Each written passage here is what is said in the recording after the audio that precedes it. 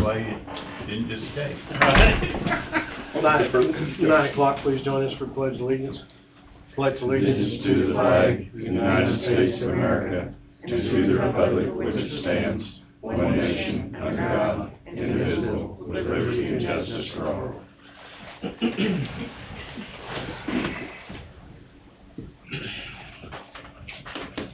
First on the agenda is approve the minutes of Monday, June 12th as written.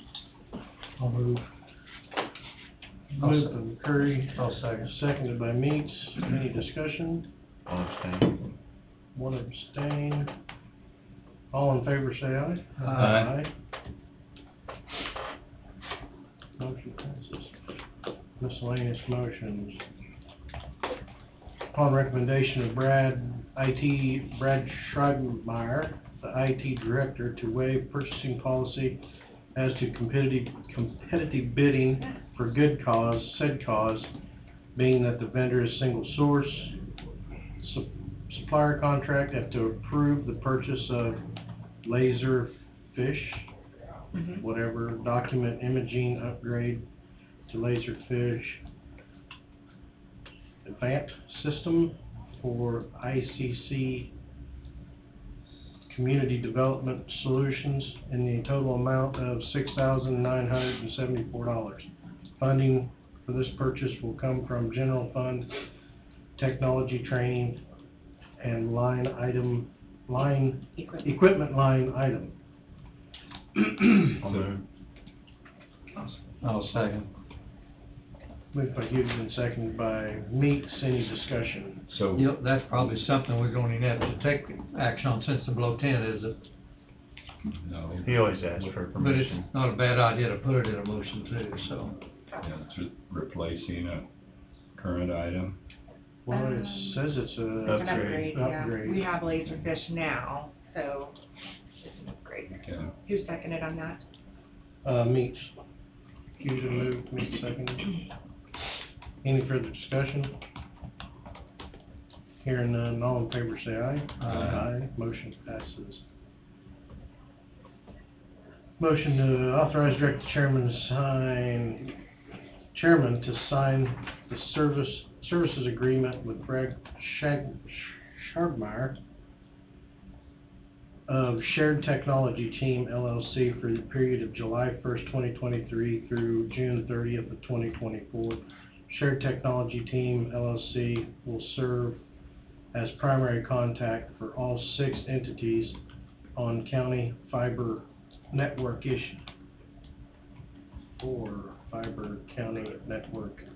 issues. And that used to be something, and Angie, correct me if I'm wrong, but we did with Doug Vanderlinen? Yes, Okay. And Brad took his place, and, yeah. Created a company for it. So it's so like, it's already in existence, it's just Mr. Vanderlinen is not with us anymore, so after untimely passing, somebody had to take the reins. so this like for the city, different entities that are It's for involved the in county, it's for the schools, it's for the library, fiber board, it? Okay, I just wondered who all was included in it. yeah. Pretty much all county entities, I mean, if I remember correctly, libraries, hospitals, sheriff's office, us. So he takes care of the IT problems in those entities, is that right? I'll move. I'd second that. Moved by Knight, seconded by Thompson. Any discussion? Hearing none, all in favor say aye. Aye. Motion passes. Yeah, 'cause I have one down there. We got one we gotta Revision. clean up here.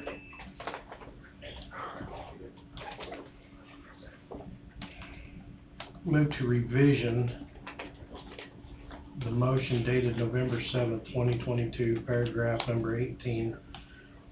Suresic moved to enter into contract with Western Consultants, DBA, Governmental Assistance Services for preparation of proposals to the United States Department of Commerce on behalf of Coffee County for FY 2022 CHIPS funding in the amount of $286,000 with funds to be paid from Courthouse General. contractual service line item. Item,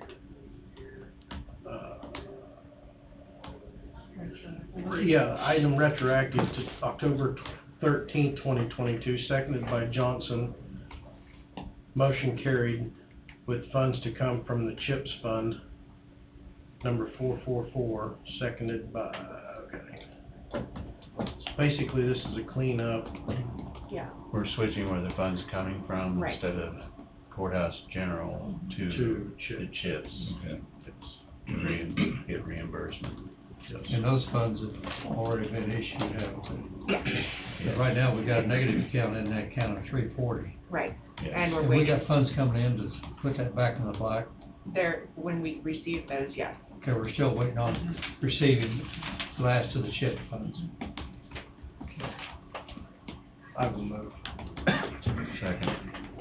Moved by Knight, seconded by Hughden. Any further discussion?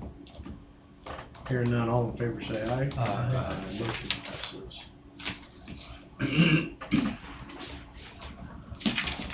All right, county extension, Darrell, you're up. Jill. Jill, I don't know. She said she's That's gonna a make funny you do spelling it. for Jill. Even for me to catch. Just wanted to take a minute and give you guys a quick update. We did get a grant through Kansas 4-H, through the Department of Education, our second year of that grant. We've got 2 interns in our office this summer, and they're doing summer school programming at Waverly, Lebo, and Burlington. Without this grant, there's no way we'd be able to do that. They're also offering, I sent pictures around. You guys should have pictures of the cake decorating class we just had, and we had that in our office. It was great to have it right there in our office. Lots of space. We're also gonna have a visual arts class and a photography class in that back room this summer, so, but that grant that we received, it's $13,600 worth of salaries, through it, and then $5,000 worth of supplies, so it's quite a grant that we got. It lasts for 10 to 12 weeks, depending on who our summer interns are. Amanda Bohannon had been working at the school, and she came recommended by Darla Long, and she is one of them, and then Janella Newton, who works for USD 243, is our other intern, and they're doing all this programming. They also helps make it 4-H camp that we put on ourselves a whole lot easier too, to have these gals helping us out, and they're able to lead some of the programming there too, and utilize the supplies through that. So we head off to 4-H camp this week, and then it's pretty much full steam ahead. So just wanted to kind of give you an update about what Darrell and I've been doing, and so that's what's been happening now. We have some summer contests that take place in the area. Darrell took some kids down to Yates Center on Friday and participated in a meats judging, livestock judging, and skill-a-thon contests, and our kids did well down there. When we get back from 4-H camp, we go to area contests in Emporia, which are crops, horticulture, facts, photography, and a favorite foods contest, and we'll take kids to that too. So it's just that kind of time of year that we're doing all that kind of stuff. So if you have any questions about what we're doing, I'm happy to answer them. If not, I'm going to let Amy Foster, our board treasurer, give the budget presentation. How many kids you got participating in the summer? I mean, is it like the meat judging? I mean, I took 5 kids in 5. Friday to that. Jill kind of skimmed over camp. Might just mention that our camp enrollment, just the kids involved, is over 1/3 of our entire 4-H program. Yeah. So Wow. so we reached, that doesn't even account for the over a dozen volunteers and Yeah, parents and things like that have volunteered to help us with that. So that's pretty good outreach. But girls have been averaging about 15 to 20 kids per session. Yeah. I think. Yeah. On the ones they're having with in the interns, office. Yeah, the ones they're having at the office. And then the stuff and in, libraries. and the stuff in the schools, it's constant enrollment, but it's at least, they've got 20-plus kids in all the schools at a time. Do you, I mean, have you done this stuff, you've done this in previous years, correct? Last year, we got the grant last year, and we had one intern, and we were able to get into Burlington schools with that. The stipulation of the grant is to be in the summer school programs. And there is one program that we have to do that is a required program. This year, Lebo and Waverly decided to do a summer school. Waverly was on early, and we got connected with them, and Lebo came on a little bit later, and we were able to get on with both of them. So we did do it last year, just because it was specifically in Burlington, and then we did a lot of stuff at the libraries. And this year, since we were able to be in Waverly, Lebo, and Burlington, we're doing our classes in our office, and our office is ready too. Last year was, Which makes it yeah, easier. a lot easier, you know, and, you know, both of them are in there, but like Darrell and I were in and out when they were doing their, you should have seen the flour in that room. And maybe a little bit of frosting, I had to wipe off the walls, but, it was nice that we could be there and kind of observe, but they were there to lead and do that on their own, so, yeah. But like Darrell said, we got a great turnout for camp, and we have a wonderful group of volunteers, and we've got, we had some of our meat donated. All of our meat actually was donated by 2 different families, a couple different families, 3 different families in the county, so that sure helps out on the expense side of things, and so. What's Canton home? Eisenhower State Park, Oh, okay. yeah. So, and they've been great to work with as far as getting the kids in, and they're able to supply a lot of things for us too that maybe we wouldn't have been able to do on our own, so. This is our first year being up there. Is that right? Yeah, so, but like Jill said, they've been great to work with. That's great. you know, Yeah. really have been. Yeah, And close to home. Well, Yes. Yes. yeah, Yep. yeah, and we'll have bus to take the kids up there, and so they get the experience of getting together on the bus and making some noise on the way up here. Yeah. Pretty sure the bus ride home will be a lot quieter. Yeah, you'll wear 'em out. Yeah, yeah, we're gonna do that for 2 nights this year. Last year was 1 night. We went ahead and went for 2 this year, so. Any other questions? I don't have any. Probably take a dozen kids to the Emporia contest or more, Good. too, so. On the budget request here, Jill, county supports over year goes up 45,000. Reimbursements is basically steady. What creates that county support extra there? I'm gonna let Amy talk about budget stuff. So we were looking at, the biggest change, or the biggest ask, I guess, we have this year, is we're looking to trade out the Black Explorer. It's a 2013. We were looking to pull $20,500 from our reserves. We're looking at it's going to cost about $40 to trade. So we'd have 10 or 11 trade-in value in the Explorer. We pulled $20,000 from our reserves. And then so from the county, we would just be asking for the remaining 15 to get it traded in.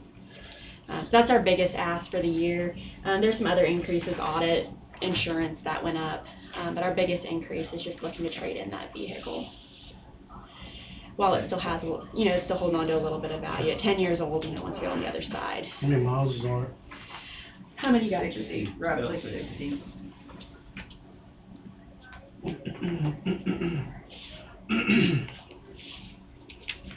I've probably asked this question before. Reimbursements and other, where's those funds coming from?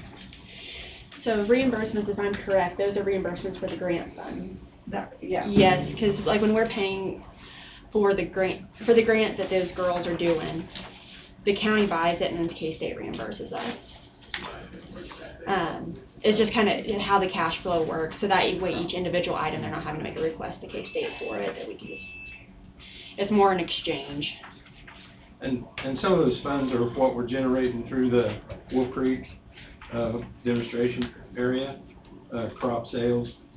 They would go into there. That non-appropriated is kind of an in and out, Don.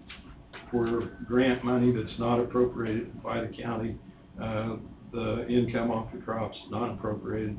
Soil test is another one. It's an in and out. When we charge for soil tests, they pay for them, but then we're reimbursed. So that's kind of where all that. one of the things that you're seeing an increase in that is just, it's because of the grant funds, but it's also, we're getting more donations, and as we get donations, those kind of go through there also, because it's another in and out, like, if we had a donation for, specifically for, let's say, an award or something like that, you know, it comes into that fund and it goes right back out of it, and that's why you see that increase, because we've worked on some of those things a little bit more. Okay.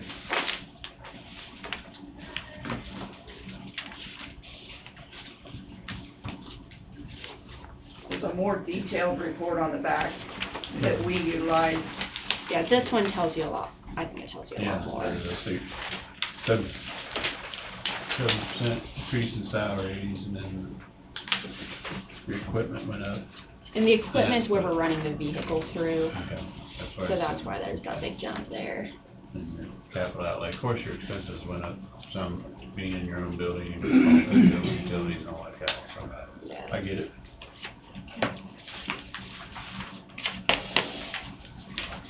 Any more questions?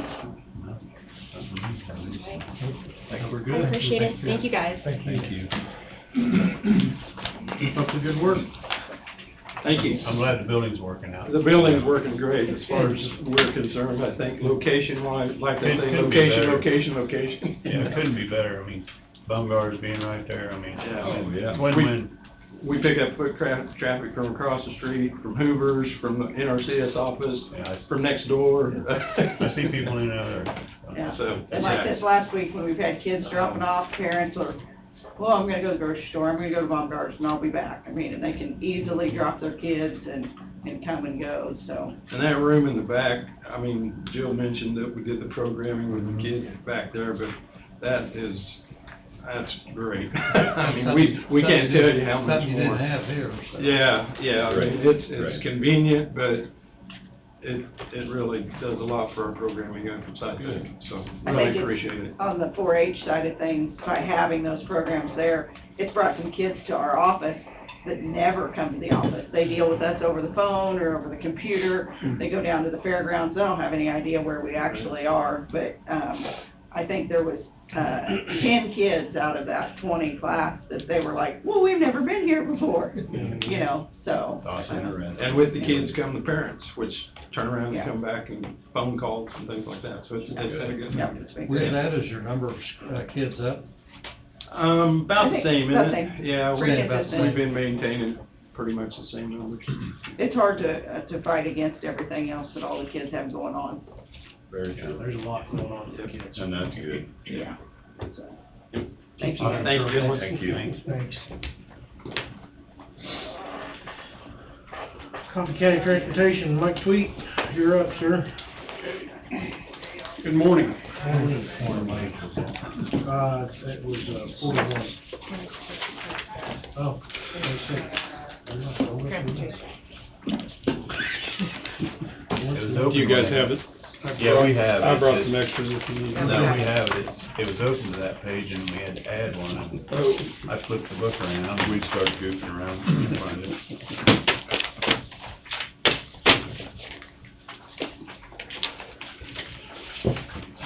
Thank you. It's on 20, it's in 26. Behind 26. Yeah, after 26. I was hoping, well, I've been looking at this budget since I took over back in September or October, whenever it was. Right up until a couple months ago, I thought I was gonna be able to come in here and not ask for any more money. I thought with what you guys gave us last year, what I wanted to do was perfect. What happened is the state shorted me $68,000 on the fiscal year that starts here in July 1st, next June. And so that kind of put me in a pickle as far as money. And so I did have an increase. I'm asking for more for this 2024. And 42,000 of that is basically what they shorted me. Now, I know that's not 68,000, but 42,000 was basically what the state's not funding. There's already money there that we funded for our budget we had funded for our budget that you guys had gave us, so that was extra money since they didn't figure it into their budget.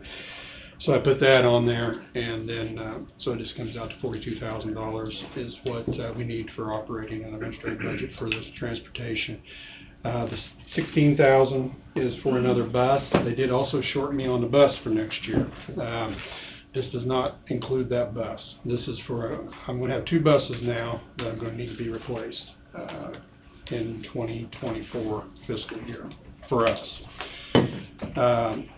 The money's already there that you guys gave us last year for the bus that the state didn't fund. This is for an extra bus. It's a van, and I'll talk about those a little bit. I've ordered 4. I've signed the paperwork on 1, and we received 1. We've already received 1. I had 5 buses pending from the last 2 years. And the bus that came in about $20,000 higher than what it was supposed to. The bus I ordered was a $60,000 bus, the big bus, $60,000 bus 2 years ago. That's the one I just finally, I'm sorry, that's the final one I signed the paperwork on. It's coming in at 80-some thousand, and I ordered one identical to it. It's $125,000 or $126,000. So it's doubled in 3 years. The van and the big buses seem to be the biggest jump. The big white ones you see around, the Fords, the Cutaways, seem to be the biggest jump. The vans haven't took that big a jump, and the Transits haven't took that big a jump. But we're required to have at least 2 of those big buses here with the state grant. So good news, bad news. The state on these, I'm just going to call them 5 buses. I've got 1, got 4 pending. Good news, bad news is the state usually pays 20%. They're paying 10, or usually pays 80%. They're paying 10% or 90% now, so it only costs me 10%. Made a little ground up there. Bad news is I got to pay sales tax and all that. So realistic, I'm looking at $400-some thousand initially, not my cost, but I'm paying sales tax on that. That's my cost. I'm working on getting 90% of the sales tax back from the state, but that is a long, drawn-out affair. I was going to say, surely you didn't think we had to pay sales tax. The state doesn't pay on these grants. They have that. When I've talked to Richard over here, and yeah, we've I mean, we're on the same page. that's all you can do. Yeah, we're on the same page on it. It's just a matter of time. And I sent the one on the bus that we received. I sent it in, and and if I buy it in state, which Kansas Truck is where we're getting most of them, 2 of them are Kansas Truck, but they've got 60 days to act on it. I got to get them involved first.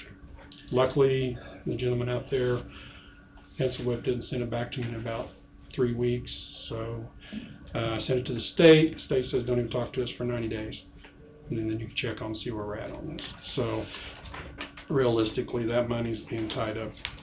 I've had buses come in, this bus that's supposed to be delivered in, I was hoping it's in July. I hope it comes in July. Realistically, I won't see that money probably till close to the first year after. That's not counting the other buses that are pending out there. And the order form that I filled out, the cost on the buses shouldn't change, but there's no guarantees it'll change. It won't change. It could get higher. So, but that'll. I just thought I'd let you know on the bus thing. It's really turned into a major cost for us. The taxes and stuff. On the ones that's previously ordered, and you had signed, sealed, delivered, price, so on and so forth, did they notify you that it was going to be increasing substantially? They notified the state. Yeah. Well, now, the first bus that we received, we were notified that it would be a higher cost. Now, these that I ordered weren't ordered yet. The 3 that are pending out there hadn't ordered yet, and they're on the order sheet that they went up. So, and like I said, they canceled the order on the one for the next fiscal year for us, the state didn't fund it, and I'm guessing it's because of cost. And so that kind of wraps into why I'm asking for more money. We requested for our 24-25 budget, and so I don't know where that's going to go. Well, that hasn't been requested yet, but this 23-24 budget that we're going into, we had requested an increase for everything, and like I said, what they told us was throughout the state they were $6 million short being able to fund everybody. So I think there's some of this is to come. I think the state's, at least in the transportation department, is searching for money. So. You know, the funding at the state is extra funding they've had the last couple of years. I'm surprised they're cutting that back. I am too. It really am, surprising. 'cause evidently the funding is there. I think it's getting redirected. I don't know. You take your big buses, how many passenger bus are they? 12, 14? 14. Yeah. Now, They you're can't be over 16, or we'd be a CDL. So. You're talking, is there many trips that require 14 or 15 passengers? It's more about the lift. Or you're better off dropping back that size? Well, it's more about the lift on those buses. Okay. It's about the wheelchairs, and the vans have a flip out, just flips out the door, wheelchair ramp, and they're handy, they're good. But if you get into electric wheelchairs or oversized wheelchairs, they won't fit on there. They're too wide, and if it's very heavy, a very heavy wheelchair and a person, you stand having the max weights on them, and they'll fold up on you, and you can have a problem. The lifts on the big buses, it's more about the big buses, and my understanding is they require us to have some of them big buses here. The state does. Hopefully they'll think $126,000 into an account at some point, paying for a bus that was 60-some thousand 3 years ago. I would hope, but I don't know what the answer is with them. It's just the cost of the buses. It's crazy. But initially, we're going to have a lot of money invested. Eventually, hopefully, with the sales tax and stuff, we'll get some of it back. Now, I just sold a bus, or a van. It's a 2015, 240,000 miles on it, and it went for $10,000. Well, I'm sorry, it was on Purple. It went for $9,000 whatever, then plus the fee. That's still pretty good of it. Well, and the downside of that is I only get $5,000 and some dollars out of that. The company gets the first $5,000. The state gets 80% after that. Then we get the 20% after the $5,000. So we don't get the full $9,000, which would be wonderful if we did. Right. But so I got buses out there to sell, but again, I don't know where we're going to be at down the road when I'm going to be able to get them sold. It takes me about a month to get one in and the other one in a rotated in, time to get all the paperwork done. So that's the bus side of it. The shortage side, on the budget side, again, they just told us they were $6 million short on what their requests were. Again, I'm not asking for the 68. The way I have it figured, 42 is going to get us through to 25. And if I could take that out of there, things were looking pretty rosy. But when they shorted us, and what they did, I don't know if you guys understand, we got two different budgets. We got a operations side and administrative side. Administrative, my salary comes out of some of the bills, like the building stuff, comes out of administrative, and just the cost of doing business in the office every day. That's where they took it. They didn't take it out of the operations side, so we're in good shape on the operations side. It's just this side, so the administrative side that we're a little short, and I've got some plans to fix some of that. So hopefully. You guys increased any more on your rates any at all? No, and I did look at that. and that was one of the things the state asked us not to do, but, I did look at. Asking you not to do something, but yet shorten you $60-some thousand. Yeah, exactly. I agree. I know, but, I've looked at that, and the increase is, we're seeing about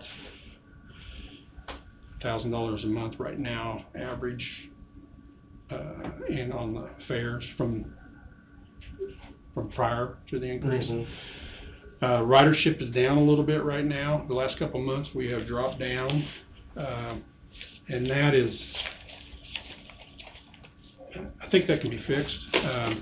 Part of the reason people, unfortunately, they pass, a lot of people pass, and that, or some of our riders pass, and we lose those riderships. But I think we need to do a better job getting out there promoting us a little bit.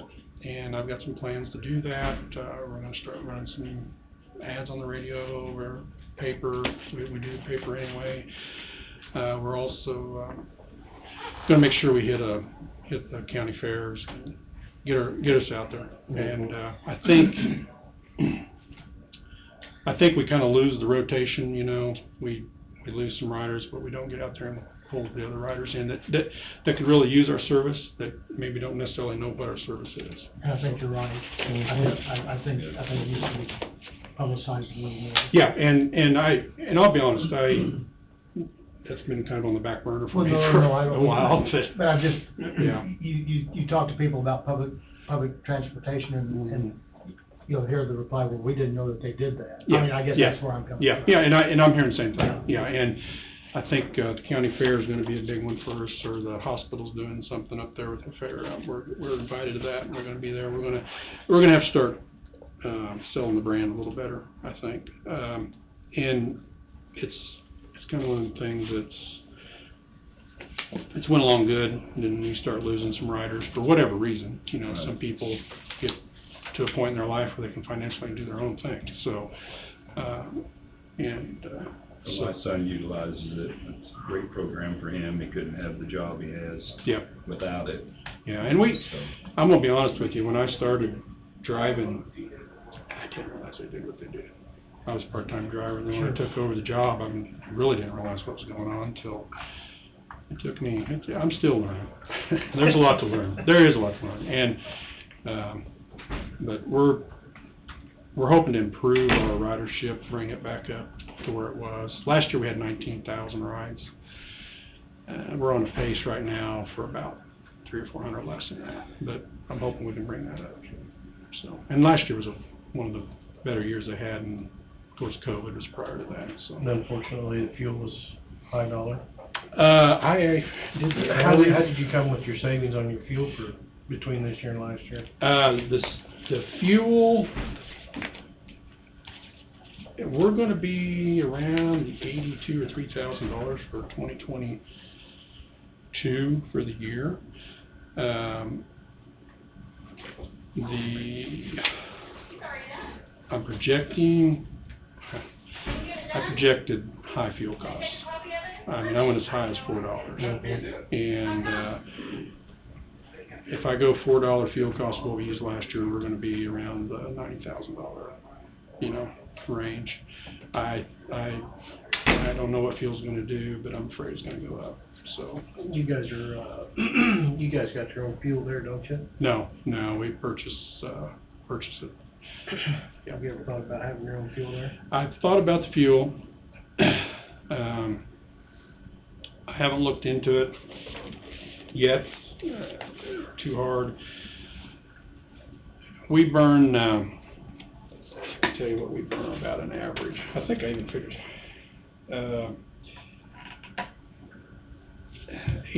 roughly $1,800 gallons a month, give or take. So The we're gas looking or diesel? It's gas. It's gas. So we're looking at 2,000 gallon tank or a little bigger, maybe 2,500, maybe 3,000. I don't know what we have to have for containment. I haven't looked into that. If we got that big, if we're gonna have to have containment since we're in the city. You can have a double walled tank. Huh? You can have a double walled tank. That'll work. Mhm. So, But like I said, and the other cost thing of is that. location. I don't know if we're on city property, so I'm gonna have to do some checking. And I've thought about that. I've thought about contracting fuel. I don't know what the county does, but I know the state used to go out and get a bid every month for fuel, and, that was the cost for that State month. might be able to help you add anything at all with your fuel, you know, in a bid. I could check, I could check, Contracting. yeah, I don't know, And it can be a double-edged sword at times, but at least you Yeah. lock in your expense. yeah, you know where you're gonna be. You know where your expenses Yeah. are. On a I've even budgetary- thought about, and I don't know, there's a few, companies out there that give you kickbacks, so much cents a month, I even thought about that. It's just, I've thought about what you're saying, I just don't know about location, and what the city's gonna require, or what the containment is, or, you know. Yeah, whether you burn enough gallons to. Yeah, because you have your initial cost, I don't even know what those tanks Right. cost anymore. A lot of them lease you the equipment if you buy their fuel. Yeah, They get it through that way. yeah, that's true, So, that's true. just thought, I know a few minutes. you know a guy? I know a guy, I do. He's retired, but I know a guy. So, All right. anyway, any questions you guys have, just fire away. I struggled with this budget just Well- because of the money, but I couldn't. I mean, county support is somewhat minimal. It's, so I think it's like, what is it, 23,000 more than it was last year? Yeah, but I mean, it's Yeah. for your budget, so Yeah. roughly a fourth of what you spend, Yeah, so that's. yeah. with If you all the take grants you get if you and take that bus out of there, that I want, or the van I want to order out of there, you know, but at that point, we're probably gonna have, those two vehicles have over 200,000 miles on them by the time we hit there next year. Right. And my maintenance, I kind of dropped a little bit on my maintenance on that, because I'm hoping with 5 new vehicles, my maintenance will go down. You vote. If it's not, it'll be warranty work, I hope, so. Right. But, now, next year that might change, we might have to bump that back up again in 2025, but, that's, you know, I'm hoping, so. Or it should, theoretically it should go down, so. And my biggest problem right now is with the vehicles is wheel bearings. We're getting into the vans, we got the sealed wheel bearings, and they're going out with 200,000 miles on them, and so. What's the requirement, what did they tell you out of the factory? I know a lot of ours is 250 to. Yeah, part of the problem is they go in and, I think, is they go in and they retro those vehicles, and they're heavier than they come out of the factory. Don't have the right bearings. Yeah, I don't think they could change the bearings, I think they just Mm. make the ramps and everything. Which adds a lot of weight. Yeah. Yeah. On the vans, the big buses, I mean, they're designed to carry that, so, you know. The person be better to hold up at 100,000 and change the bearing on them? I'm, Probably cheaper. If we can catch it, it's gonna be a wash. If we catch the bearings going out, it's a wash. But if we don't, yes, it's more expensive. So, I'm thinking, well, the big buses, they still have wheel bearings are packed, so we got them on a rotation to pack now. And, the state is pretty stringent, or pretty serious on maintaining their vehicles, so we do a pretty good job. It's just the little things that kind of Because comes the through. big buses are packed and they're not wet. Well, I say packed, I don't know. But I know we have They got the service. bigger end in them, I bet those are wet. On the rear? Yeah, but I'm talking about You're talking about front, I got front, you. yeah, and you're probably right, on the rear, yeah. The rear ones on those big buses haven't given us problems, those front ones are getting old, they'll get dry on us. I think they're floating. Yeah, so, anyway. Well, I don't have any more questions. No, I don't either. Thank you very much. We'll be going over this big blue book over the next month. Or Well, next couple of weeks. if you have any questions, feel free to call. I did bring something, I'll take up to you. I don't know if you guys know who's on our board. I do have it with me. I can leave it here with Angie, but if you guys are interested in the list of people that's on our board, so you know, or Is it in our, It's in a book. is it in our book, I think? the board. Well, we've had some changes. Oh, Oh, that okay. changes, I mean, I Yeah, have Yeah, to. if you hear the changes, that'd be great. Yeah, okay, I'll do that. We just had a couple changes at the first year, and Okay. I said I brought it, no, I brought it.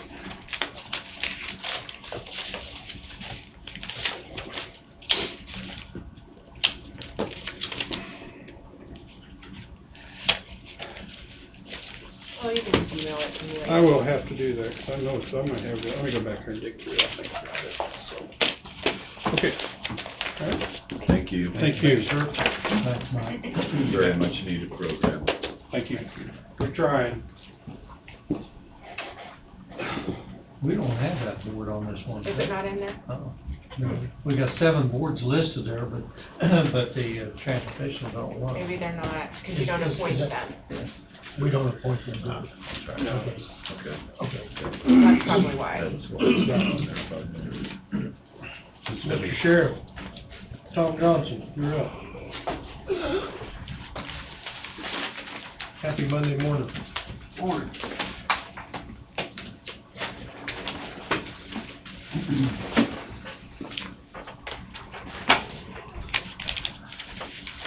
Sir?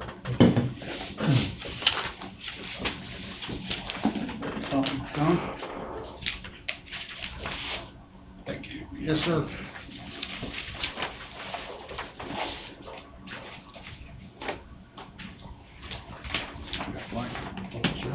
Thank you, sir.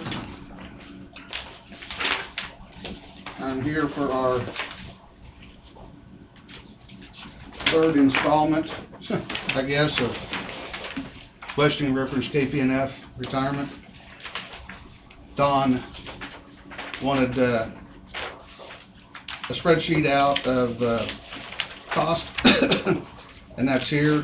What I'll do is I'll kind of explain what's going on here. Option one that we talked about was Coffee County buying our years of capers here. Again, that doesn't count for any place else you've worked, just the employees that's worked here, and it's certified deputies. It's not jail staff, it's not lake staff, it's not anybody that's certified deputies. If you bought out those, average service is 6.1, as you can see there. And you can see my little notes down here, my chicken scratches. What would cost Coffee County was $773,761 to buy out our capers. Down at the bottom, or below that, you can see that they'll do it in payments of $103,025 for 10 payments, but that's over $1 million. Or, of course, you can make 15 payments of $79,448, which is 1.191. So, second page just shows, you know, that listed out what you pay over those 15 years. The third page is the spreadsheet that Don wanted, that shows and I went from 2020 all the way up to 2024, just so you could see the differences over several years of the capers and their death disability costs, and then the capers, KPNF and capers. So that shows you your spreadsheet, Don, of what the differences is throughout the years.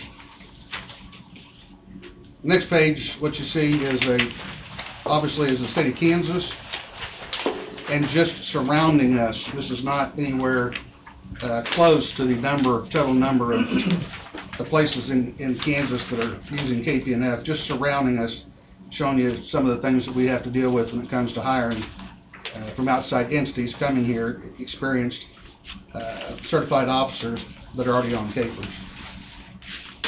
The ones that are colored in are the ones that have capers. Yeah, have KPNF, sir. Oh, I'm sorry. Yeah, have KPNF, yes, sir. And then the last two pages are just a little synopsis of what I put out as a retention tool, a recruiting tool, more of the agencies surrounding us that you can actually see written out.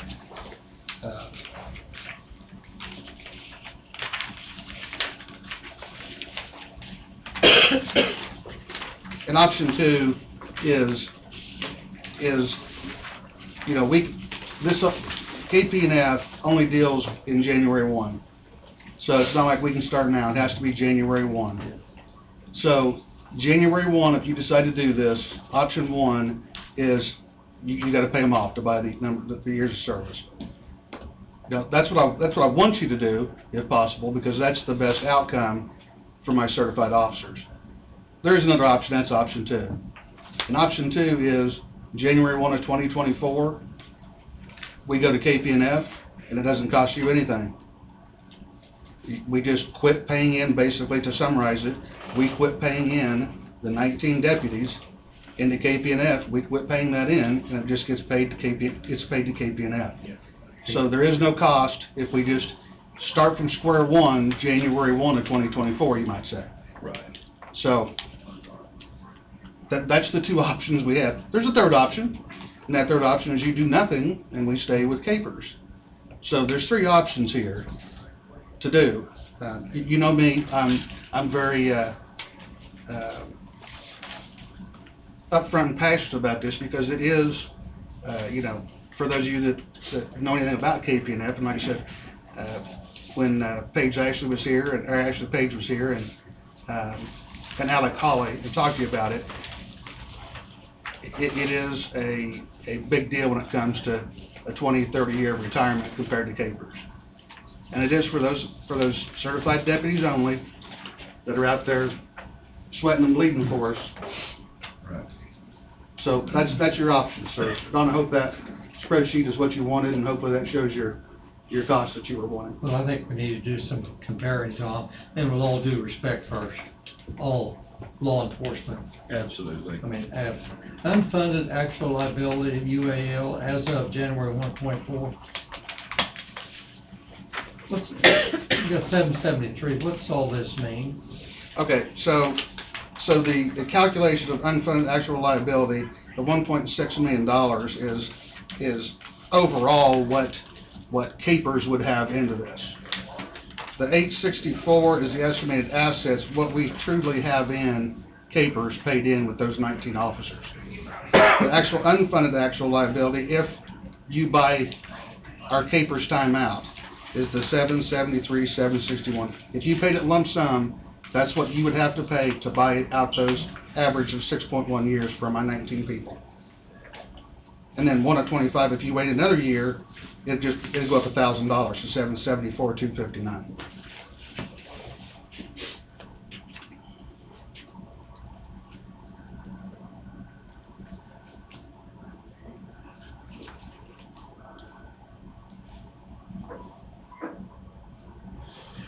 Are you fully staffed now, Tom? Yes, sir. Well, all but one jailer. Yes, sir. One jailer. Yes, sir. I thought you was probably, Yeah, I think I've got 1 courtroom personnel, two courtroom personnel, but I'm kind of waiting until the first of the year if I have to, try to save a little money. Other than that, I'm full staffed on the deputy side. It shocks me that your average 6 years. Again, what you gotta remember is, like, for example, let's say that when I brought in somebody from another agency here that had 20 years experience, that doesn't matter. It's only your time spent in Coffee County. That's right. So even though they have 25 years at another agency, you're only buying back the time here in Coffee County. They've already got that from the previous agency if they had KP&F. Well, that, again, so somebody else has KP&F and they move to Coffee County, we're capers. That KP&F money just stops going in. And so it stays there, it keeps drawing interest every year. And so if they retire on KP&F, or on capers here, because we're capers right now, if they retire, then they would get a check from KP&F for how many every years they have. Right, they're gonna get credit for Absolutely, that private stuff, though, absolutely. even they came Absolutely. here. Now, Right. that 20 was my question. I'm sorry, that 20 years, so if we go to KP&F, you have to have 15 years to vest, okay? That time that they spend at your agency still counts, whether it's capers or KP&F, it counts towards their vesting here. So that's what's nice, is though, even though that check is still sitting there, their years of service comes over for vesting. Right, okay, thank you.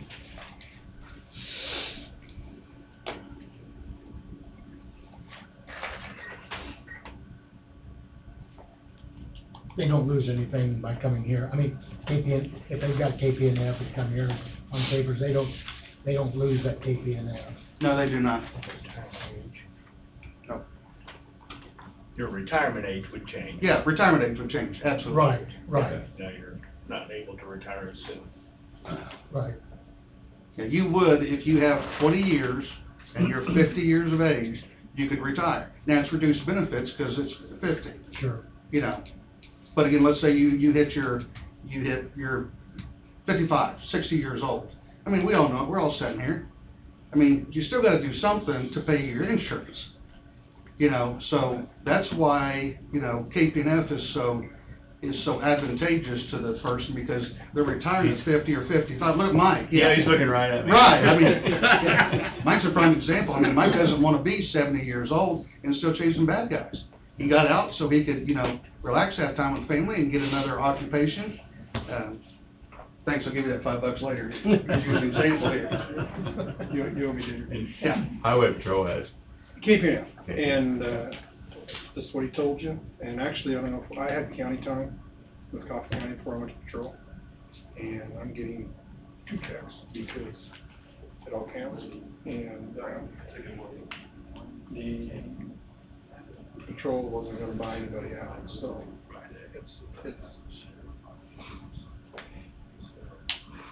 it's an incentive to stay at work.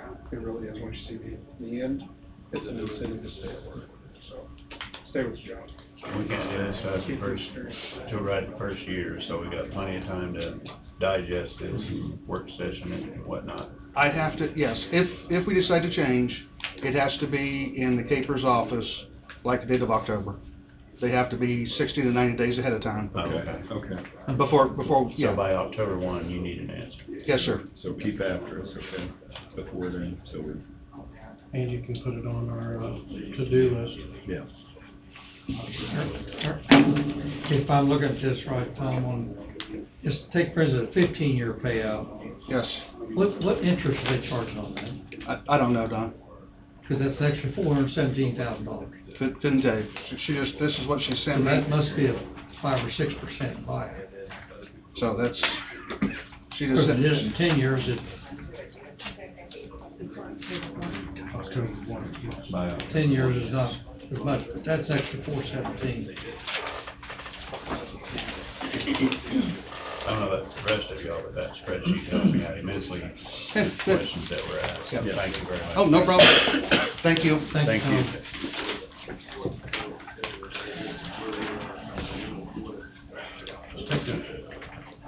Let's take an 8-minute break, come back at 10 o'clock. Everybody good with that? Good. 7-minute break. We're losing time. Burning daylight. Burning daylight. All right, at 10 o'clock, we're back for the bid openings of the Sunset Manor. Jobin, Wade, So, I don't know when this was delivered to the clerk's office, well, actually, I Friday evening. June 16th, 11:33 a.m. It's been sitting, Angie gave this to me a little while ago, as you see, sealed, one single bid. My recommendation, you open the bid, you read the name, and then you don't read no amount, because if there are contingencies or anything else within the contract, that needs to be reviewed by the county, and the reason for doing so is so there, if the county decides to not move forward with the bid and reject the bid, which the county can do under the existing resolution that was passed, to not give somebody a competitive advantage. So to review it and revisit the issue next week. Okay.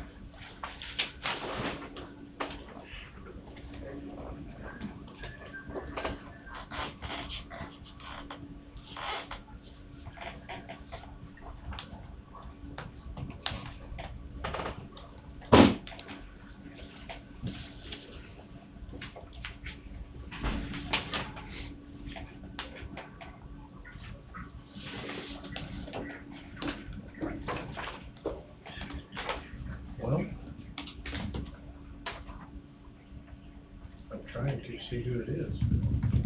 Do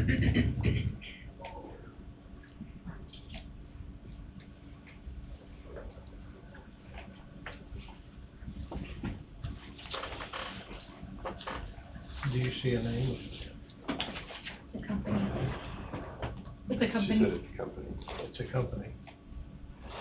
Should be at the very top. Top right? Go to the Top. second page, and then say buyer. Oh. Associated Building and Investment Group, Inc.? Yep. There we go.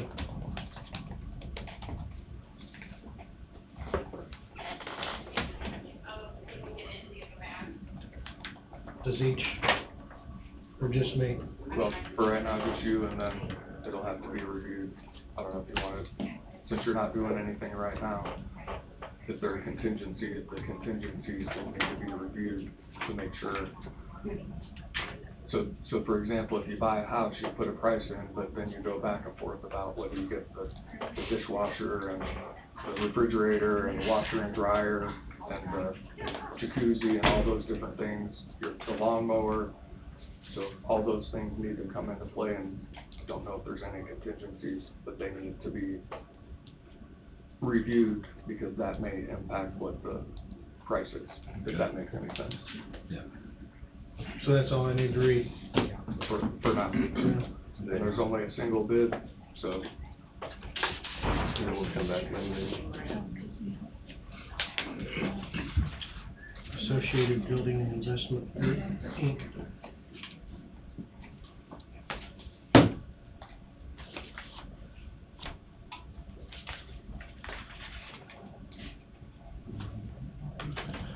So we'll come back Monday. We'll wait some more. All right. That's what we thought. It was good to see you all again. You too, thanks. Thank you. So just wait, get this thing. Wade gets this correct? Sure. Sure. Okay, I mean, that makes sense.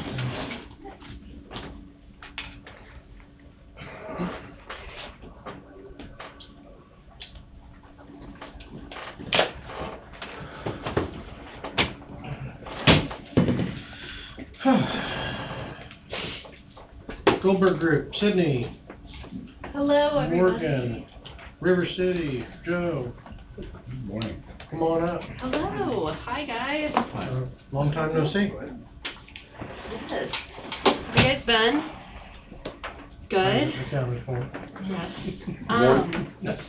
Okay, I did bring with me this time Megan Reese, who's one of our architects who has been leading the technical document production. We're gonna sit down after this meeting with Sheriff Tom and just talk through some details on those plans as we continue adding details to the drawings. So on June 8th, we issued our 50% set. River City is using that set to create a 50% budget. That'll be our best look yet at the cost of the building. We feel good about where the budget's sitting at, but that 50% budget will be a really detailed breakdown. And so that will be our next visit here. We're gonna be diving into those numbers a little bit more. Yeah, otherwise from a schedule perspective, is that what you just talked about, Warren? Yeah, I'll look at schedule, we're working off of. Yeah, absolutely.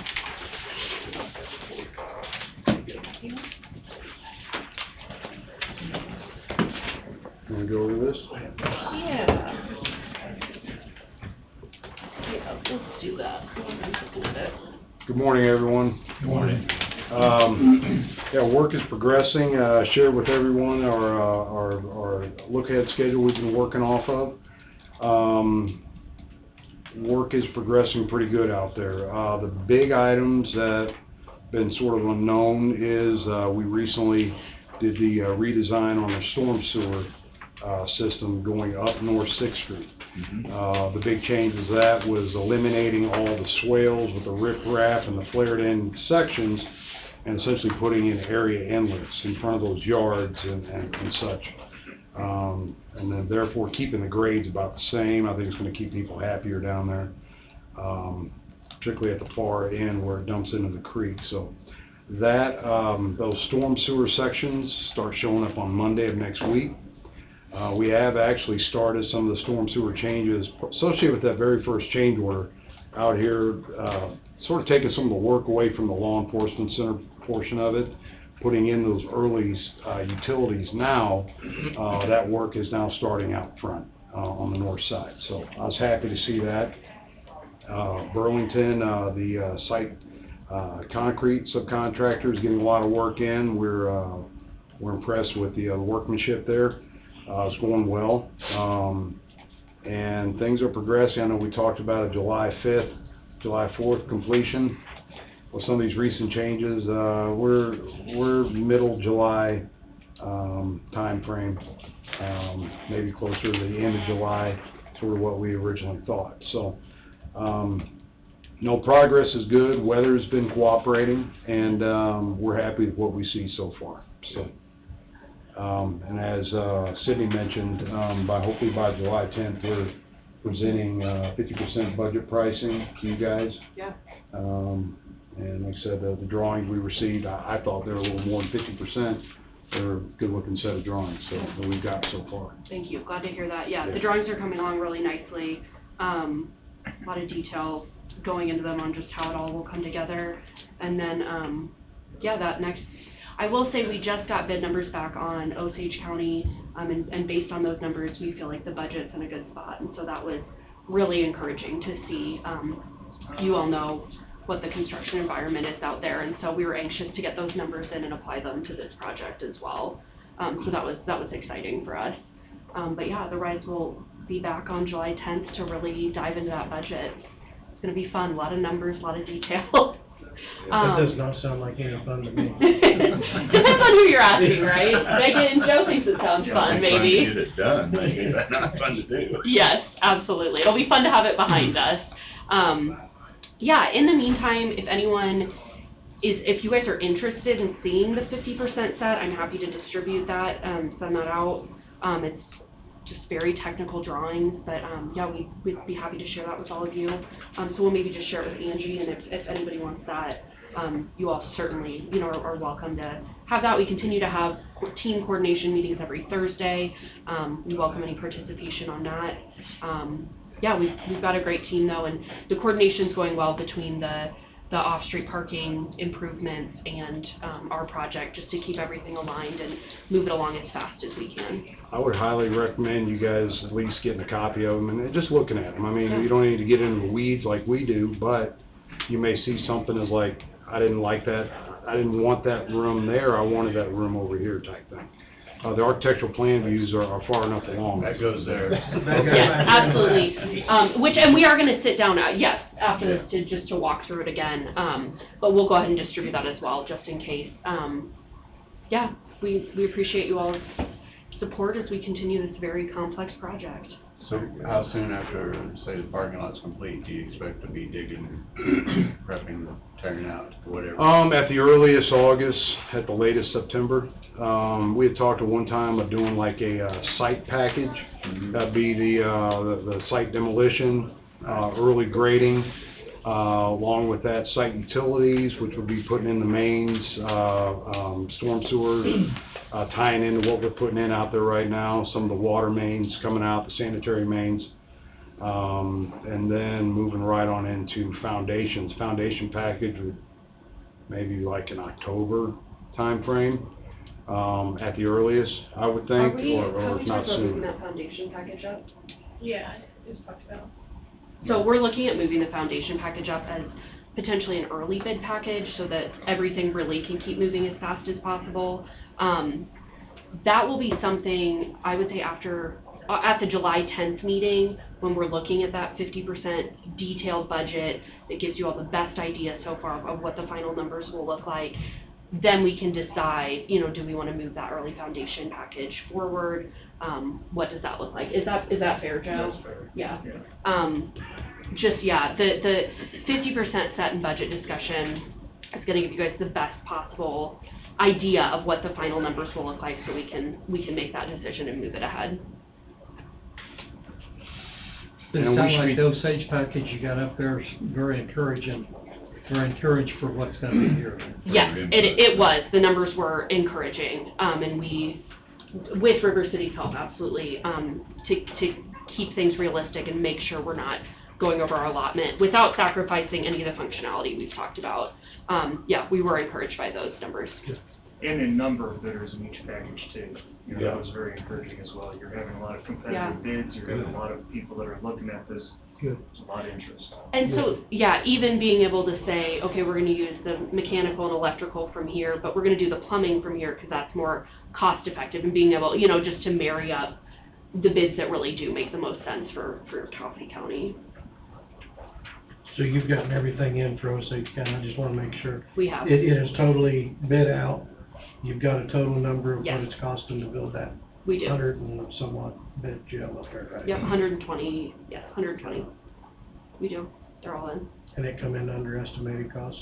They did not come in under estimated cost, but they came in at estimated cost. And we actually, because you all schedule-wise were a little behind there, we, you know, used those numbers to inform this project, and so we're in really good shape here. Does that make sense? Mm-hmm. Okay, yeah. Thank you for the question. Okay, one last detail we do have to iron out. We need to sit down with Judge Wine one last time to finalize the renovation layout. That all follows the new construction, and so it hasn't been as time sensitive, but we'll be looking to lock that down in the next few weeks here, just so we have all our ducks in a row. Yeah, absolutely. Any questions about that? You're gonna be included in that.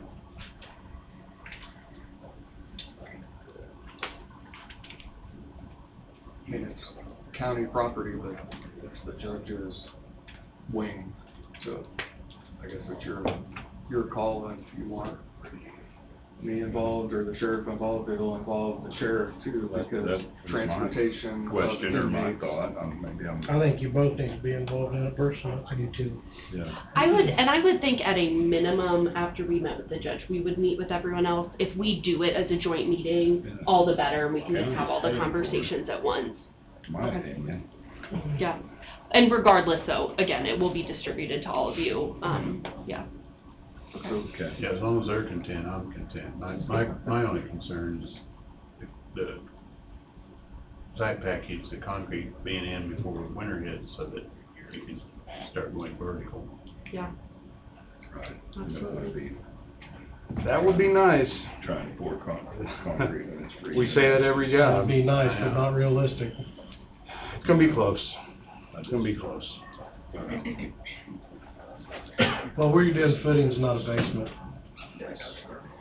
It makes a big difference. It makes a huge difference, absolutely. If the weather hole's gonna be done. Oh, yeah. I mean, we do it all. It's dependent on the weather. We do it all the time. The only, I mean, it's concrete weather, concrete heating, blankets and stuff like that, but it's done all the time.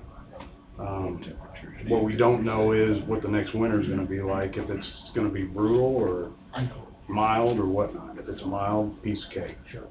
So, We could tell that, we wouldn't be sitting here, right? Right.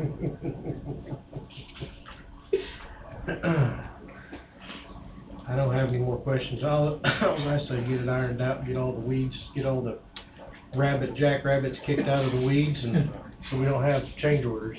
Absolutely. Yeah. All right, well, we'll be back on July 10th for a much longer conversation that we are looking forward to. I say put that in the afternoon work session, that's what I'd say. Oh, okay. If it's gonna be very long, let's do. Yeah, Okay, try not is that to- a good idea, Joe, to do a work session? Do Okay. like a 1 o'clock Give or you that something. info. So, Okay, yeah, that's let's, okay. yeah, That way we- Great idea. Do that. That gives me time to, Nobody's rushed. Nobody's rushing. that's a good idea. And because, yeah, then we can have some conversations about those early packages and, yeah, map out our next steps. Okay, thank you all. I know what happened over at Lacine.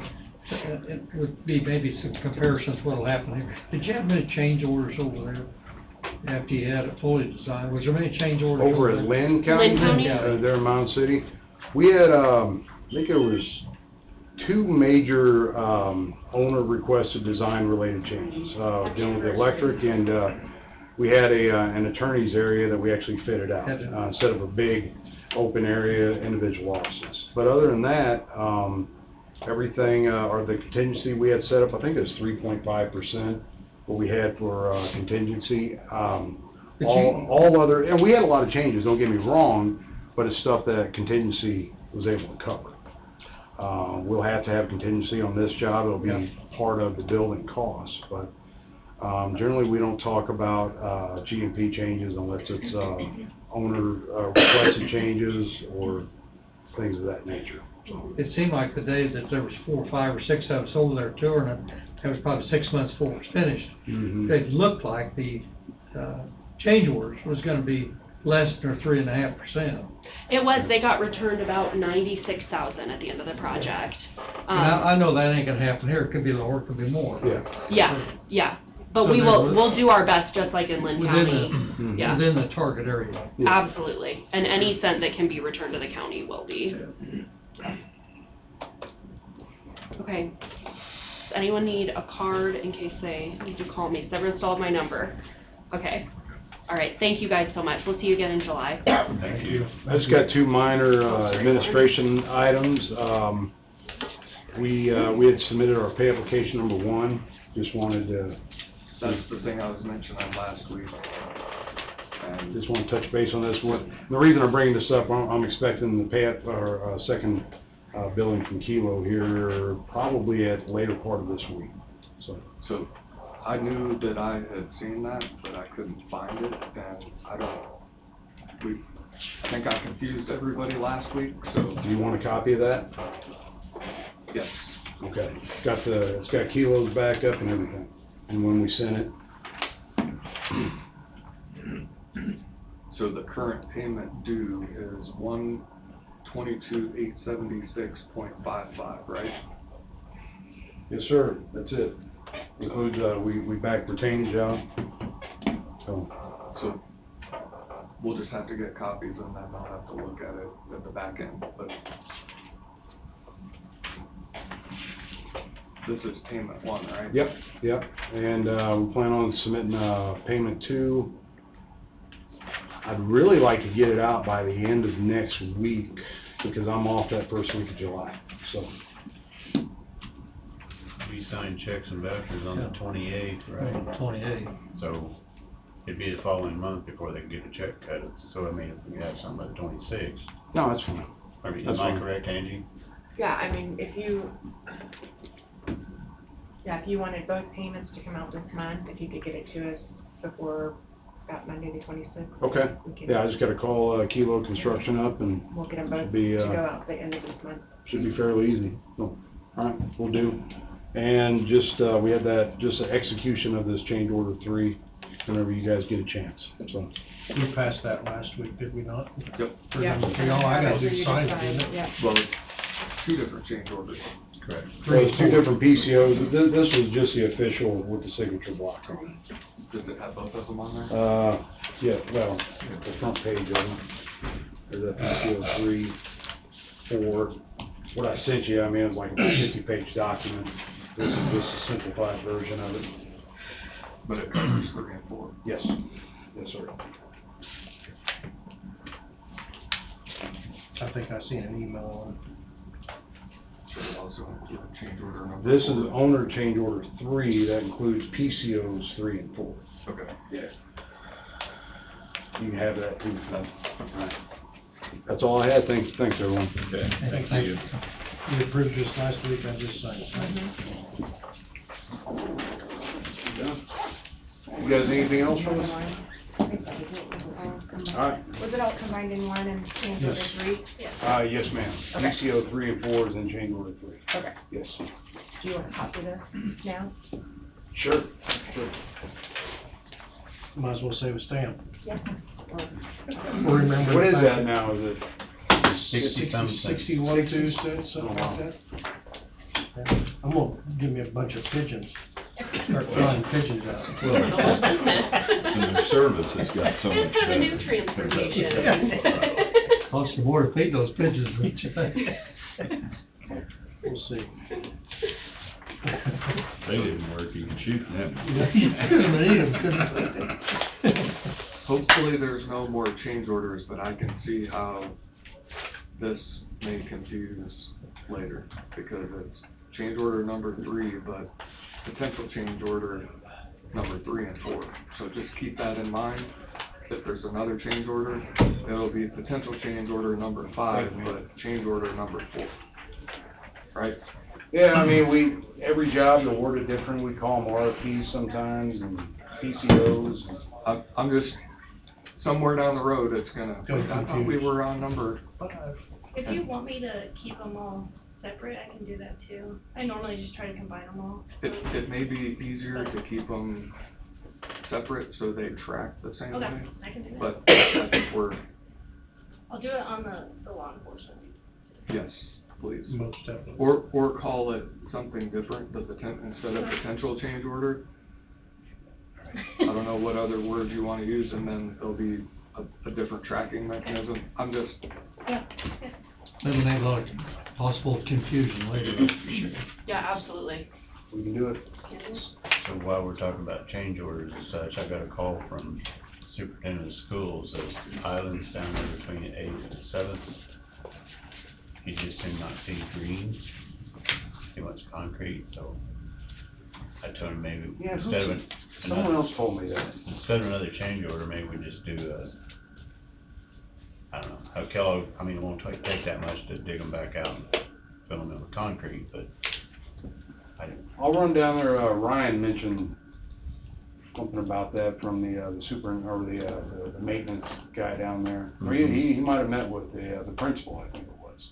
yeah, the superintendent may have called him, I don't know if he Yeah. called Ryan or not, but he called me. So instead of, backfilling with topsoil and seeding it, just dump concrete in. Yes. In between the curbs that were wrapping around the Correct. sign. Like the sign and the light pole, I think there's 2 light poles in the sign. I think, Okay. I don't have an exact count, I just.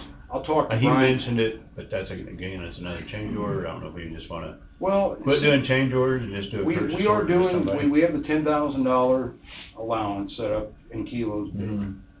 I know those 2 trees down, North Sixth Street, in front of the gentleman has the trailer set up down there, that property.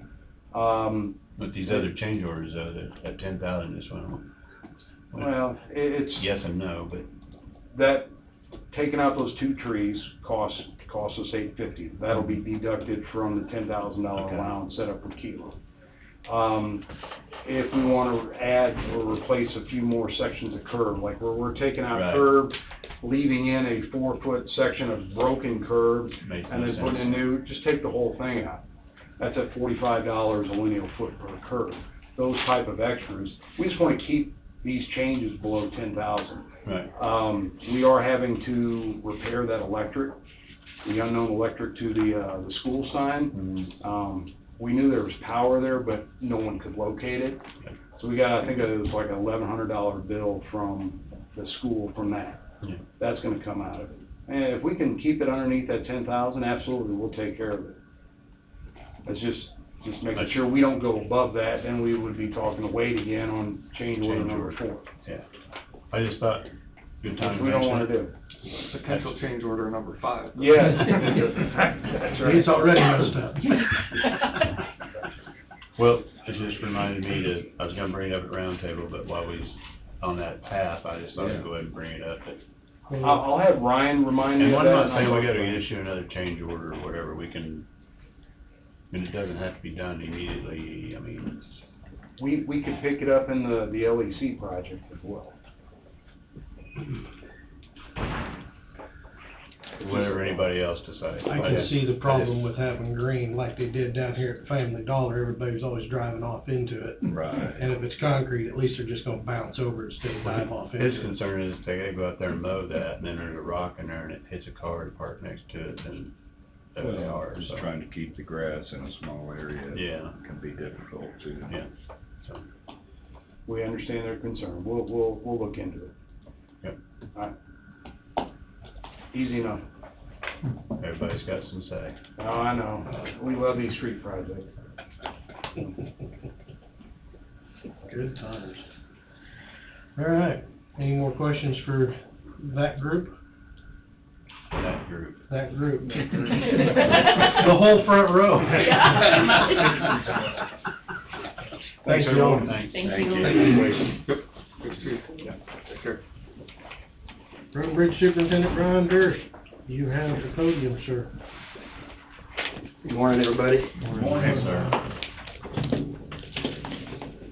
One oddball thing from last week, We did assist, the fire department up on Highway 75, that wreck that was up there. We had an excavator, help with the fire that they were dealing with on that semi. So, Semi-loaded books. yeah. And thank you very much. Yeah, well, it's unfortunate that was up there, but we had got the call for assist on that, and we did, so. We've got a lot to get over today, so I'll just jump in and, I'd like to start with an executive session to discuss personnel matters of non-elected personnel regarding employee evaluation and job performance for myself, the board, and Wade for 15 minutes. Move. I'll second that. Moved by Hughes and seconded by Thompson, 15-minute executive session, the board, Wade and Ryan. All in favor, say aye. Aye. Aye, motion passes. We'll enter at 10:30 for 15 minutes. At 10:30. You said 4, at 10:30, 10:30. All right, guys, after discussion, dealing with the right-of-way coordinator and assistant supervisor position, that's been a combined position in the past. We got a need to separate that out, so I have a motion for a new right-of-way coordinator job description. It'll be 2023-44.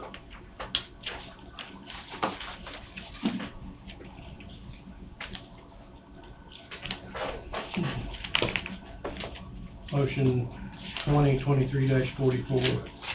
Move to approve right-of-way coordinator job description and personnel position change. No additional personnel are being added to the department with this action. Go ahead. I so move. I will second. Moved by Hughes and seconded by Knight. Any discussion? No discussion. All in favor, say aye. Aye. Aye. Aye. All right, thank you. Next, dealing with the right-of-way coordinator position, I have an employee that's kind of been taking on the duties the last couple of years, as part of that job, and so I would like to move him from the engineer tech position that he is, and with a new job description of right-of-way coordinator. This will be motion 2023-45. Yes. Move to review and approve the CP2 payroll notice for James Eisman, right-of-way coordinator, highway promotion, from wage classification 40-06 to 50-03, from wage of $23.06 to $24.77, effective 6/12/23.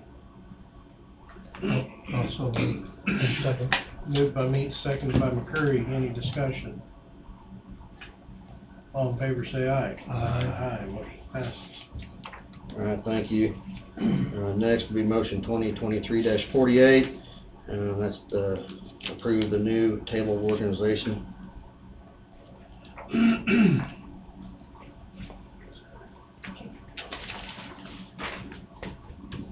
Motion 2023-48.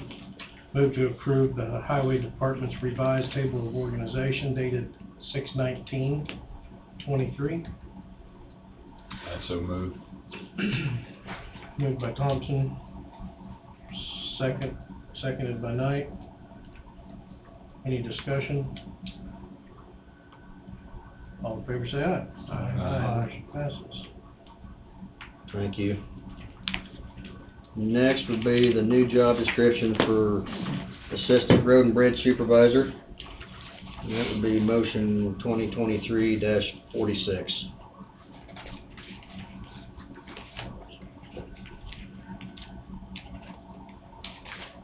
Motion 2023-46. Move to approve the Assistant Road and Bridge Supervisor job description and personnel position change. No additional personnel being added to this department with this action. I'll move. Moved by McCurry, Second. second by Huguenin. Any discussion? All in favor say aye. Aye, motion passes. Thank you. And the last motion, would be to advertise in-house only for assistant road and bridge supervisor. Is that 49? 2023-47. 47. Motion 2023-47.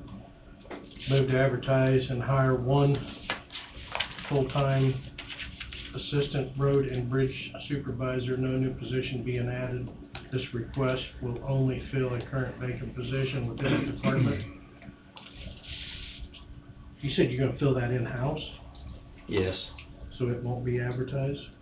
it'll be advertised in-house. Only, okay. Also move.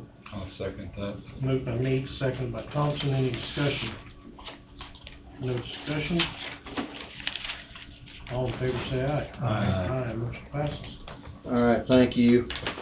The next up I got, I'd like to go over some budget, but maybe first, we got Doug right here with Scottwood. It's actually Greg Stiles. Oh, Greg Stiles, sorry. Supervisor. Right, Greg Stiles here with Scottwood, so, I know we've, you guys had some questions here a while back and some of our dust control stuff, so I just thought, asked if they'd want to come in and just talk and see if we can get some, whatever we need there, so.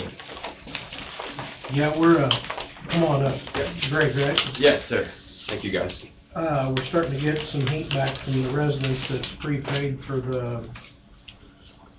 the dust control application. I mean, it started back in April, I guess it is, March. Sometime we start sending out our stuff to get people who's interested, and then they prepay. And then here we are into well, it's gonna be July before it gets done, and there's some residents that are getting pretty upset and wanting to know why, and so on and so forth. But on our side, we don't have in the contract anything that needs to be done by said date, which that's on our side that will be rectified next year. Sure, that's our failure. Yeah, that's our poo-poo, but, just trying to figure out what is the holdup, if there is a holdup, if it's what it is. Yeah, I'm happy to go through. So, first of all, thanks for letting me be here and talk with you all, and we certainly appreciate the partnership. Really jumping from the beginning of the time frame to, we'll say, March 1st to where we are now, actually back in February. Our carrier retired in February rather quickly. One of his drivers took over the business, which we're very grateful for. His name's Mike. He knows your county very well, sprays it. Mike took over the business. In doing so, we had to equip 3 new 18-wheelers. So get them into a fabricator as to the 18-wheeler and then equip them to being spray trucks. We were told that that should be done roughly around March 1st. Delay after delay after delay, we got our first one out the 3rd week of May. And then one each week the following week, and then tested, of course. So that was the reason behind this year's delay, was that our spray equipment was in the shop for months and months and bottlenecked all of our work getting out of the gate this year. We're lucky in the sense that we know that you guys have received a lot of phone calls, as have we. We won't be equipping new equipment, trucks, every single year. This was the one year that we had to go through those motions and do all of that, but this is a one season sort of hiccup with that. Nonetheless, you're right, it is looking like your county's scheduled to go that first week of July 5th, something in that time frame, and that is much later. We are prioritizing all county work, everybody that has bids, prioritizing those in order. What that's done is we've had to push a lot of our business work, our parking lots back, but I just say all of that to let you guys know that county work is number one priority. We know that you guys do a lot of dust control too. You guys spray a lot of gallons. That's really kind of our time frame. There was just a lot of external variables, unfortunately, out of our control, getting things geared up for this year. If there are folks that, for whatever, or if they seem that they won't get as much benefit from dust control this year, if they do need to make cancellations, we'll certainly take those phone calls and honor those and issue refunds as we need to. Now, are these are your trailers, or is this a carrier's trailer? Carriers trailers. Okay. Yep. So you don't own the trailers, you just That is- have the product? We just have the product, and then we work with our carriers as far as transportation and spraying. So your guy that got out of the business, he took his equipment with him? Correct. That's why you had no equipment? We had, correct. To transfer So to you this had to new transfer operator? Yeah. And, What happened to the trucks that were Going already, that through. were proposed to be doing the job? he shelved them. I'm sorry? He shelved those trucks. So we had to get all new equipment. He didn't sell them to somebody else? No. Yeah, those So spray you- equipment, and then getting them equipped with Raven units so that they're all spraying the right gallons for all per square yard, and then go through all the testing with all of that. Had we known what sort of delays we would have been facing before we were kind of in that fire, we know that we could have communicated much better earlier on with residents, with counties, with business, with everybody. Hindsight 2020, but I certainly wish communication would have been clearer on our side with everybody going into this season. With the delay, is it necessary to put down as many gallons as was projected to do if it had been done in April? Absolutely, yeah. You'll still want to do the, If we want to do it, or if the customer wants to do it? yeah. Yeah, it should still do the amount in order for it to do its job, and the longevity, honestly, it will still help, even spring. through the winter, early into the next spring. These folks will absolutely be getting benefit from the job still. It's still hard to explain to them. Absolutely, for sure. I don't It's delayed, discredit but the that. longevity of it is still there. Absolutely, Okay. yes. Yeah. The only hiccup now, all of the trailers are now in motion, things are going. The only thing that we're up against at this point is what we're up against every year, and that's just Mother Nature and rain. But that's our only real scheduling hiccup moving forward now. It doesn't happen this time of the year very much. Yeah. What's that? It doesn't happen this time of the year very much. No, I know. I've been, every time it rains, it's just a handful of fewer phone calls to make on that day, but. You know, be careful talking about rain, 'cause we're needing rain, we're bad. I did some math. I went out to Western Kansas a few weeks ago, and they were about a month ago, and they were complaining about rain out there, and now they can't stop it out there. So maybe I'll bring it down here too. Get a trailer sitting here, it'll rain for sure. Yeah, right. The day we come out here. No, but we appreciate the partnership. We understand the phone calls you all are getting. Feel free to send anybody that wants to talk with us over to our office as well. Whatever we can be doing, we certainly will, but that's where we stand at this time. Is there any type of discount or anything that could be sent back to Coffee County for this delay, or? I can check again. I know when I initially looked at that, it was out of the question just because these are external variables that we were hit with. Our revenue model is not really one where we pad a lot of profit in our resident programs to begin with. And we certainly, we haven't fared well through this whole debacle as well. So I'd say right now, probably not, but it's something that we could certainly revisit as well. And I know that you guys are talking about next year's bid, putting in a piece there on the time frame, and I certainly respect that too. Well, we realize it might push somebody out, because they might not want to keep their feet to the fire, you know. Yeah. To be started by a said date. Yeah. You know, and that could hurt on the bid side as well, and also make it maybe a little more pricey. But that's something we can do to, because the last 2 years have been late. Yeah. last year and this, well, we know last year was, so we know this year is for sure. The race, last year was the rain. Yeah. Right here, and yeah. Yeah, so, I don't know, we're just trying to figure out how we can do it, to make it better, and, so the people that are prepaying it's getting their money Absolutely. through the time they need it. For sure. Unfortunately, I live on the north side of a gravel road, a heavily traveled gravel road, and my wife hates mowing the yard. I Like a believe dust it. bowl. I believe it. So, but. We're coming. We are, Okay. we're coming. That's where we're at. Promise. Yes, sir. Can I get that in writing? You can get it in writing. The date, I won't put that in writing. But the promise you will. The promise I will. We'll be here. Well, Ryan, did we prepay our, the customers paid us? We repay, we haven't No, we haven't not till it's prepaid applied. here. Not till it's applied, so. well, appreciate you coming down and Absolutely. putting forth the information for the public to watch and know that it's just not Ryan or us dragging our feet, it's somebody else's issue, not ours. Yeah. Out of Ryan's our been control. done a good job staying on me as well, making sure that I'm on my toes. The greasy wheel gets, That's the right. squeaky wheel gets the grease, right? That's right. But it does explain the delay. It does explain the delay somewhat. Yeah, there's a reason for it, Yeah.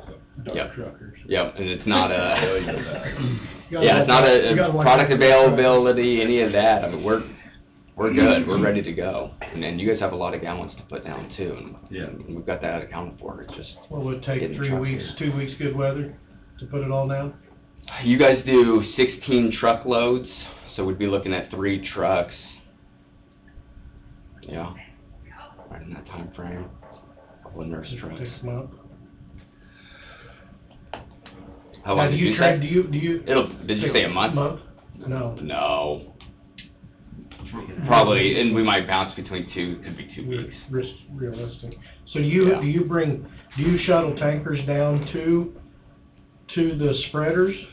So we'll have 3 spray trucks, and then for your county, we'll probably also have a couple of nurse trucks Oh, okay. that come doing the in. run and. To take off the tanker. Yes. Yeah. Yep, They're more, yeah, they're gonna be more mobile, obviously. absolutely. Yeah. Yep, so that'll probably, I imagine how they're sorting that out now, that's what your county does. Very well. I don't have any other questions. Well, thank you, guys. Appreciate the opportunity. Thank you. Appreciate you. Yes, okay. Yeah, give me a shot whenever. Okay. Thank you, guys.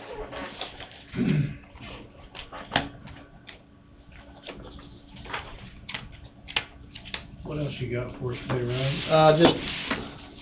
Got the budget turned in last week, and so I'd just like to go over a few things, a few changes there, if you guys have time for that. You lessened it? Sweet.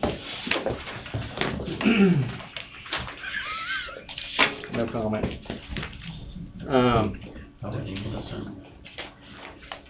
Road and bridge is 52. So I think what I'd like to start with is solid waste. 59. 59. We're back in the back.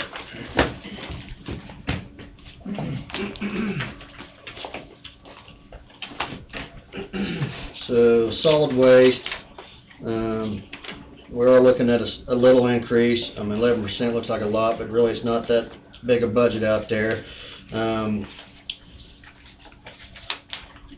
The 2 areas, one is the contract labor, which is basically the tire processing. In the recent budgets we've overspent there to have the processed tires done. So let's looking at a $9,000 increase there. And then equipment rental, looking at moving that up. Let's see here. $15,000. So I can tell you in August, we're looking at renting an articulated dump truck for this year because we need to clean out all the sediment ponds out there. And so next year we got some similar projects that our articulated dump truck's gonna work very well for, on some work around there. So I went ahead and just figured that in for next year's budget.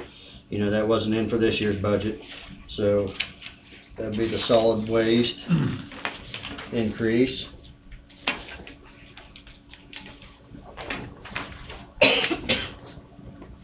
you don't have any more questions on that, we can go into special bridge. One thing, Ryan, it seemed like we're seeing this on a lot of our budgets. You know, we have the 22 actual in front of us. Yep. County supports, you know, over the 24 budget's 103,000 more. I don't know what that is, 28% over 2 years. It seems like a lot of our budgets are, we got a pretty substantial increase between 22 and 24. Well, I'd say a lot of that, you know, you look at fuel prices and prices of everything, so Fuel prices. you know, we talk from 2019 to, you know, 21, and just how much they jumped, so then, you know, when we started figuring for budgeting,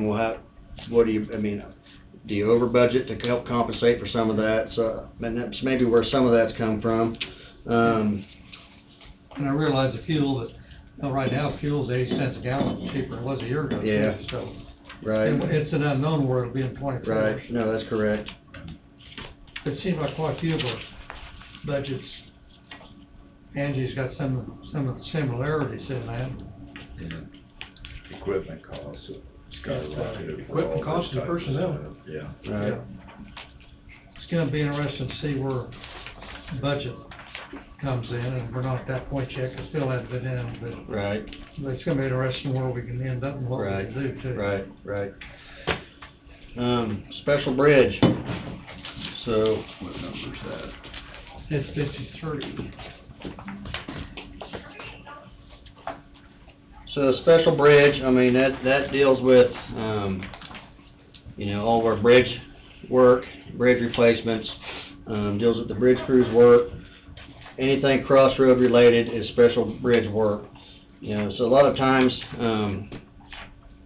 we don't spend all the money in special bridge, but at the end of the year, we transfer it out and it goes into the special bridge fund for future replacements. Right now, we've got 3 bridges being constructed in county. So those are examples of why, you know, that fund stays pretty healthy, I guess. Right now, next year, we don't have a lot of expenditures coming out of there. So actually looking at decreasing that budget by 15% from what it was last year. You know, I know we've got other needs within our department, equipment and some other areas that, you know, we're trying to help out. So this was one area we could see that we could back off a little bit for this year. Over this next year, we'll have a little more formalized bridge plan. You know, we talked about the bridge down there at Leroy. You know, we've got $4 million in that account for a bridge like that, but just we'll have a little more formalized plan after the end of this year on what our replacement program is going to be and where we're going with that, and as far as looking out down the road and what to expect for spending there. But for this year, you know, I'd like to just decrease it by 15% to help out in other areas.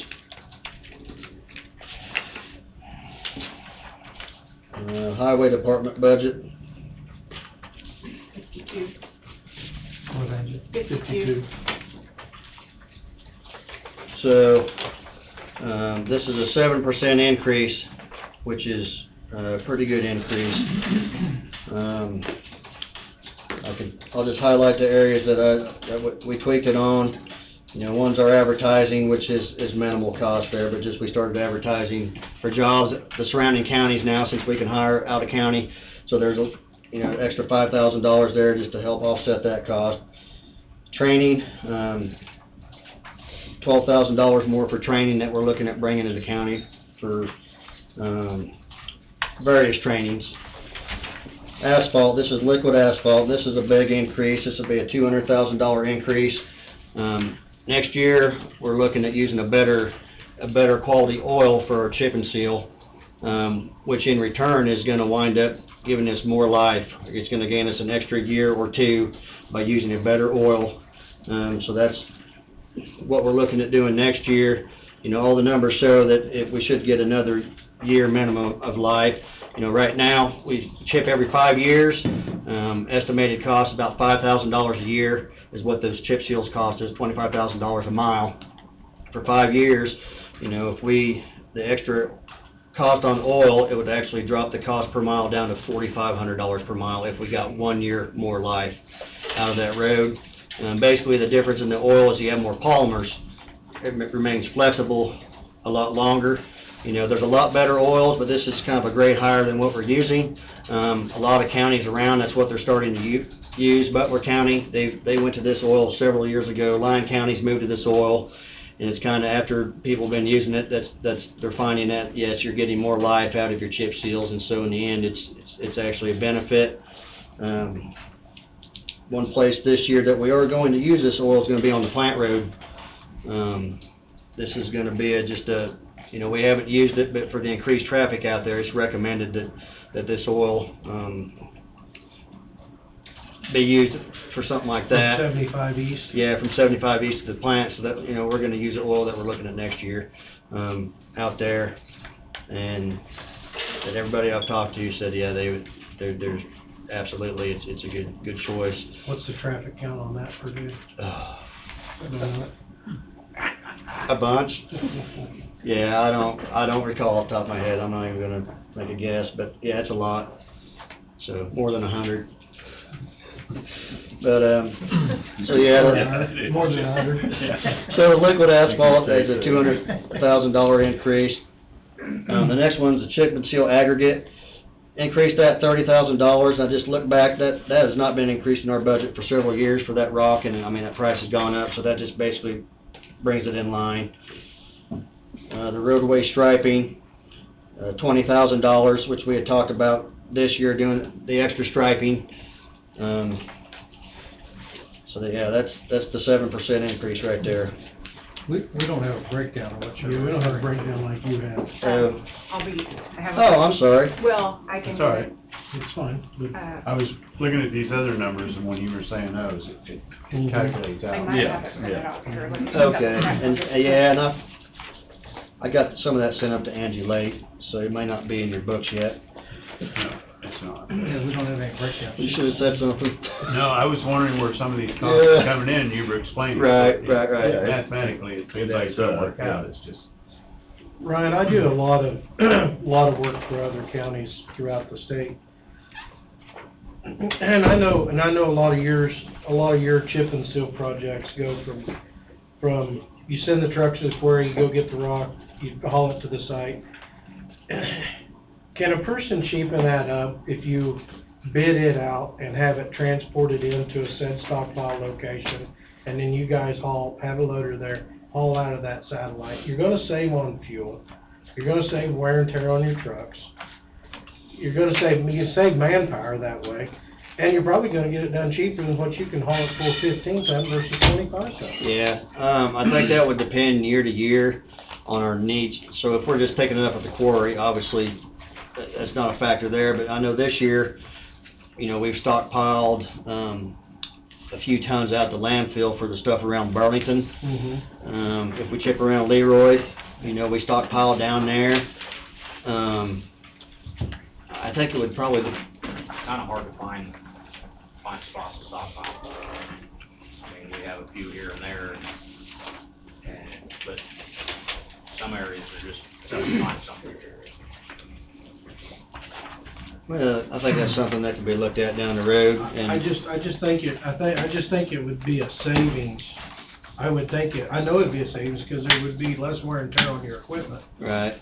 Hauling 15 tons from a quarry to 40 miles or 20 miles, you know, to the laydown machine or to a stockpile when you can hire it. Right. And, you know, have competitive bids out there for people to do it.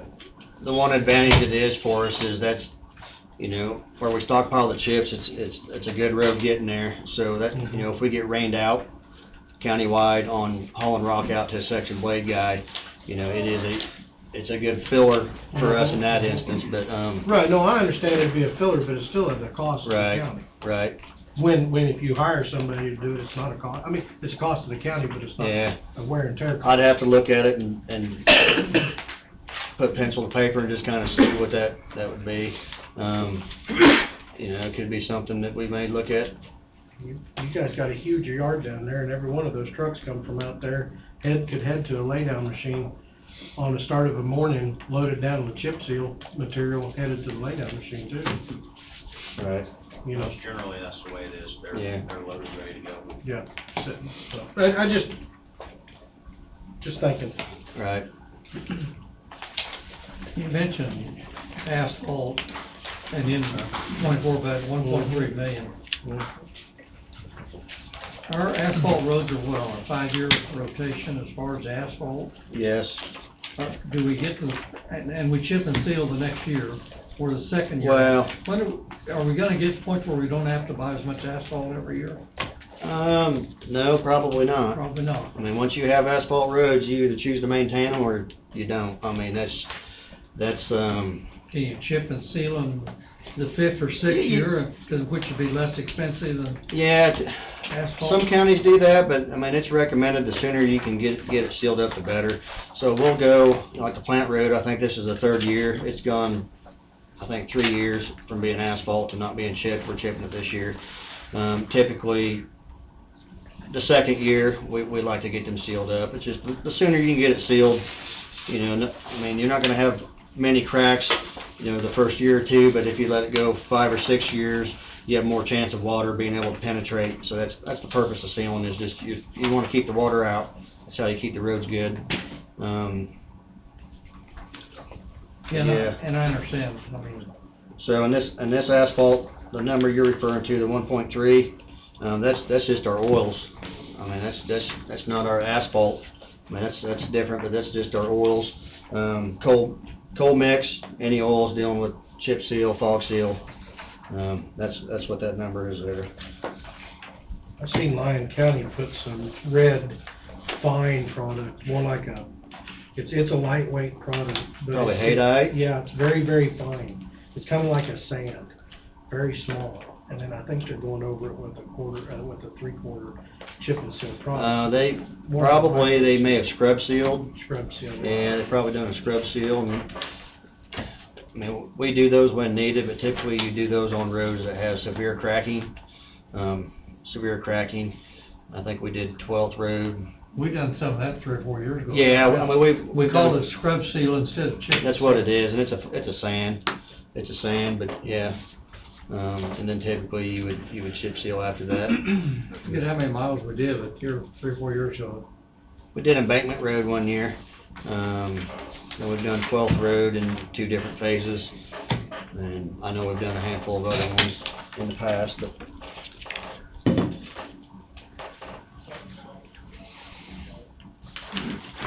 So any other questions on, the road and bridge budget there? Not yet. Yeah, I mean, so, well, I knew I was gonna be gone next Monday, and so I just wanted to answer any questions. Present it to you, and, I mean, I think Adam will be up here next week, so you can feel free to ask him any questions that may come up. All right, the next part of the budget is, the general fund public works, which is basically, Oh, I have that one here for you guys.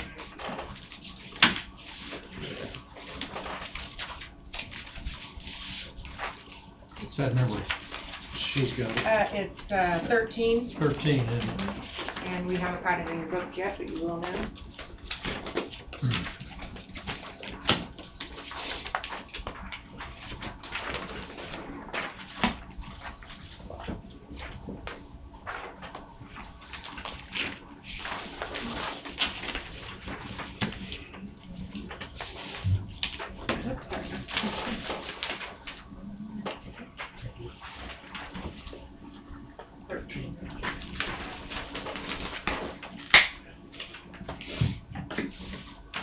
what's the title of this?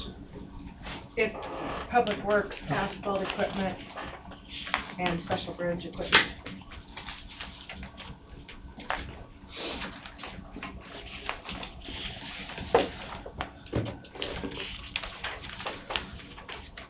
So, the top line is asphalt, and that's 1.5 mil, and that's, I mean, that number's been the same here for, several years. Just taking the next year's possible projects into consideration, you know, probably keep that the same there, 1.5. Equipment, that's the big one. You know, I've had some discussion with you guys on our equipment needs and where we're at.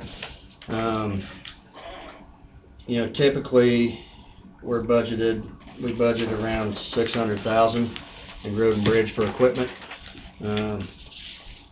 Looking at 970 this year, and basically that's adding a motor grader. Next year, looking at adding 2 motor graders, a mowing tractor, and then we have an equipment trailer and a couple pickups. You know, we're working on our replacement program down the road and what we're going to start doing with equipment. You know, I know now with our blades, we're keeping stuff till they're not even usable when we go to get rid of them. That's where we're at. Same way with our dump trucks. You know, so we're going to get on a replacement program that I think is going to benefit us cost-wise, not dealing so much with maintenance. You know, getting rid of stuff that has some value in the end. You know, but the life cycle of the blade should be about 8 or 10 years. You know, our dump truck should be about 7 or 8. You know, it's kind of what we're looking towards, but, you know, I know right now it's going to take, we're going to have to do some work to kind of get caught up. We're looking at some other areas on some equipment that we could possibly get rid of to help, you know, offset some of this cost, but yeah, next year's budget, just looking at getting a pair of motor graders, and then looking to get that tractor and a couple pickups that we forego on this year, that we, you know, decided to get a dump truck. What are your pickups? What are they? They vary. I mean, depends on the crew and what we're looking to replace. I mean, What age are the ones you're looking to replace? Oh. Got any idea? T15. T15's probably an 06, T25's an 06. Yeah. Okay, thank you. 130 to 170,000. Or more. Yeah. I know 25's got 140 something. Nose gas? Yes. Yeah. 6 But, yeah, I mean, it depends on, you know, right now we got a pickup in the shop. What year's Clinton's pickup? 2013 with 80,000 miles on it. Doing cam and lifters in it, so. Ford? Yeah. Not a Ford. Not a Ford. Not a Ford, okay. Not a Ford. Got all the lifter trouble. So that's the equipment for road and bridge. Jump down to landfill. No, that one's not on there. Let's down to special bridge. Looking at replacing the truck, T25, with tool truck and a trailer there. That's $120,000 estimated. Probably the one thing I will say in that equipment for the motor graders, I mean, I don't have factored in trade-in prices in that, so it's going to be cheaper than what it's showing there, but that's, you know, I know the blade that we're getting rid of now, I think we're getting $30,000 or $35,000 in trade on here next month for the blade that we're getting, so, you know, there will be some value to the equipment that we'll trade off in its place, but. Still on schedule to get the new one as far as you know? Yeah, I think next month, new blade. End of June, 1st of July. Yeah. Okay. Next couple weeks. So. I gotta make a phone call with Dustin today anyway, so I'll find out. Okay. And then, did they have the solid waste equipment?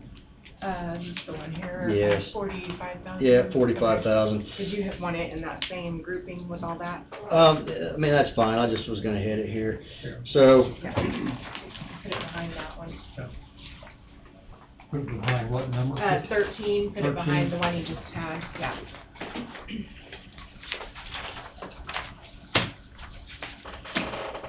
Oh, wait.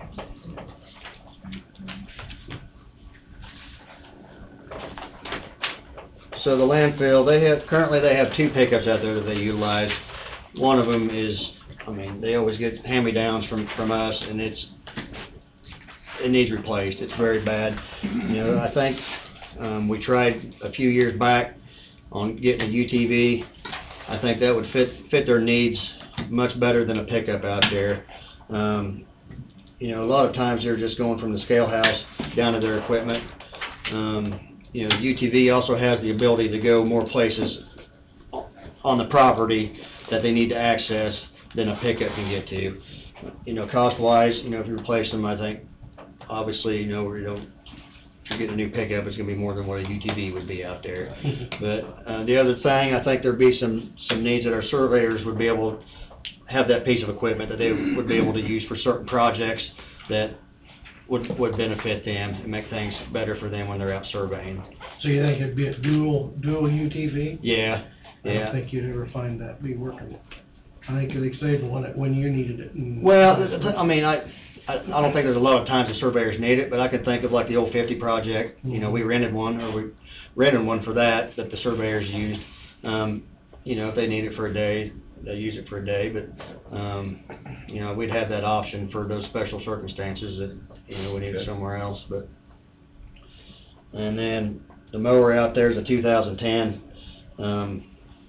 they mow a lot, and so just looking at updating that, I don't know how many hours it's got on it, I forgot to grab that far left, but it's, you know, it's got a lot of time on it. So I'd like to replace it.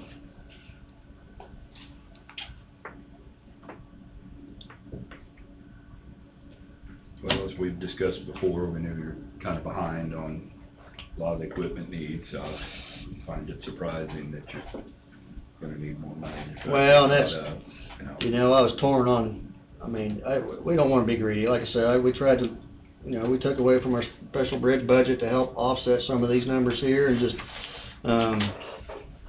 you know, just on motor graders and dump trucks, if we were to catch up today, it'd be $4 million. So obviously, that's not doable, so it was just, you know, it's a process over the next 2 or 3 years on what can we do to get caught up, and then once we get caught up, it's just that future plan, what's the best for the county, you know, money-wise, to save us the most money and have us equipment that runs, so. Huh? Get some return back. And get some return back, that's the thing. You know, I've been getting lots of information. I got a study from Sedgwick County, hired Wichita State. It was a dump truck evaluation, and when's the best time to get rid of a dump truck? So basically, you have 3 categories. You have, you know, companies or people that they want a new truck every 2 years. You know, they want brand new all the time. Well, then you have kind of what our current program's been. You drive them to the grave. Well, okay, you know, they've found that you get in there about that 5-year range. You get enough return back and value out of that truck when you resell or trade in, that it's actually cheaper than keeping stuff, you know, the way we do now when you start figuring maintenance cost and, I mean, the cost to fix stuff back up, and, you know, so that's still acquiring information. I don't know what the exact date is that we'll be looking at for trucks, but and equipment, but, you know, my goal is to have every piece of equipment we own on a replacement plan, and that way you're able to project out down the road and see in 8 years what type of equipment, you know, and obviously that's gonna fluctuate every year and change every year, but at least then you can see, you know, the future of what you're looking at, instead of, I don't know, I just don't wanna be in the position we're in right now, and, cause it's a pain when we have a blade go down and we don't even have a spare blade that we can rely on to send out to a section blade, and, you know, dump trucks go down, and, you know, we're one dump truck away going down to have major issues with chipping this year, so that's just trying to avoid some of that and be a little more proactive and get on top of it. But makes sense.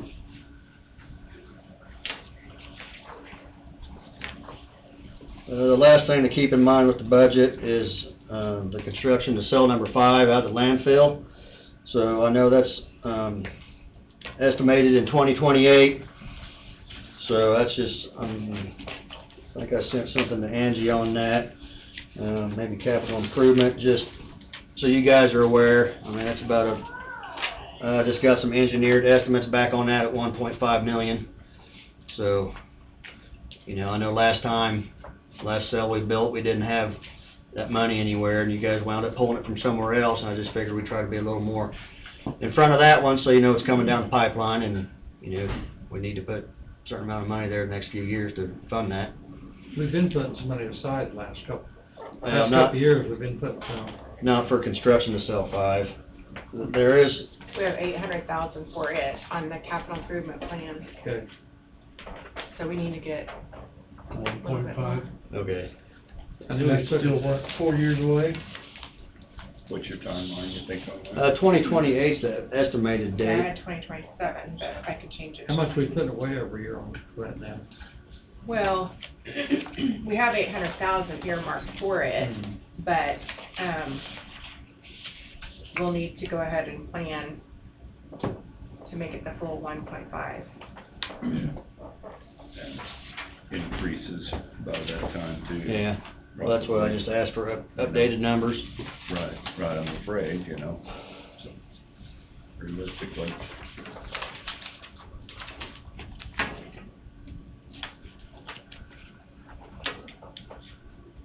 We've always constructed the landfill cells in the past. Possibly this next one, we may look at the idea of contracting it out. It's such a big undertaking and it consumes so much time. You know, back when we had 73 employees or 63 employees, I think it was easier to do a project like that. But, you know, where we're at now and the work that we do, I'd like to look at possibly contracting that out. And that's the numbers that they give, that's kind of what they have estimated. Okay. So, What is, okay, landfill vertical expansion closure? yeah. Can that fall under the landfill closure care? No? So, yeah, that would be part of that, I think. Landfill closure care. Yeah, that's different. So, I mean, that's the expansions on the C and D, Okay. and the landfill. That's not the construction of a new cell, that's just going up and, I mean, then some of that's the closure cost too at the end of life of landfill, I think. Okay, well, we have the solid waste closure care fund restarted. Right. Would that fall under that? I think so. So then I could take that off of the, probably. Yeah, I'd have to go back and double check. but- Okay, Yep. okay.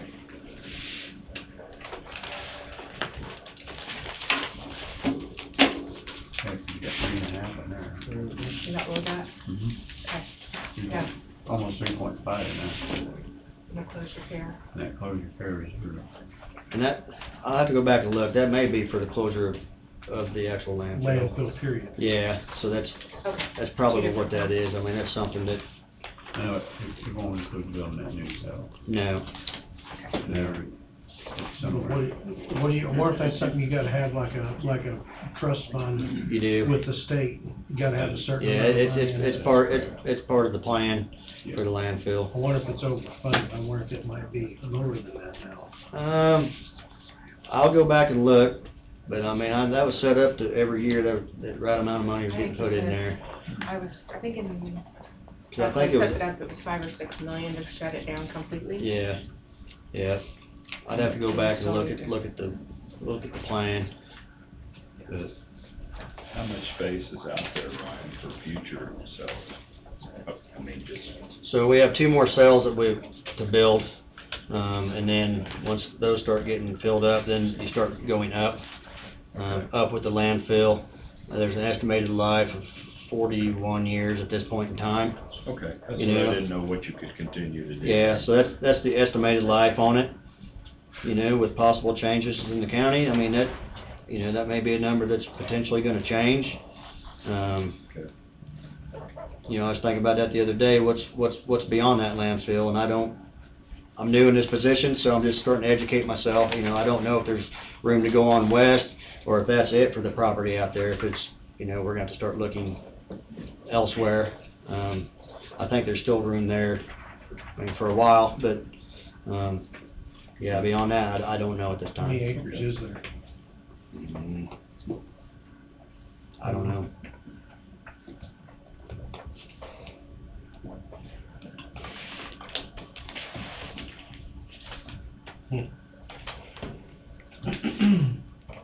Any other questions? No, sir, not for me. All right. I asked you two and you couldn't answer them. I was not prepared for those two. While you're standing, while you're here, every year the road bridge helps, the fair set out the barricades for the demo derby. The concrete blocks? Yeah. So Dirt it's- work? It's been asked again, so I guess it's okay with everybody, we Yes, sir. continue on with that process. That way, if they ask, you It's been asked of me. Yeah, they asked me, I was asked last week, and I directed them to talk to you guys, and, yeah, if you guys are okay with it, yeah, well. Sounds good to me. You've done it, you know what to do, it's easier to do it that way than to retrain somebody else to do it. Yeah. Very good. We had a discussion. All right. Now everybody's on the same page. Okay. Thank you. Sounds good, appreciate it, guys. Thank you. Are we done? Budget? Yeah, for now. For today. You have an executive session right now. We've been in it for I'm tired. 23 minutes. All right, we're a little late. County Counselor, wait. Request a 20-minute executive session under the attorney-client exception to the Kansas Open Meetings Act. Myself and Mr. Branson, who's also counsel for the county, is to discuss internal board policy that, if disclosed or discussed in the open, would affect the attorney-client relationship. So myself, Mr. Branson, and the board. I will move. Second. Any discussion? All in favor say aye. Aye. Aye, motion passes. We will enter at 11:41. 11:41. For 20 minutes. 11:24. Is that the lunch today? No, you're taking it. There was a motion in a second. Look what happened while we were talking. Light on. The light is on. We unfortunately have to go back for 10 more minutes. Oh, okay. So it's just gonna be lunch. Under, same people, same reason, but for 10 minutes. I'm getting there.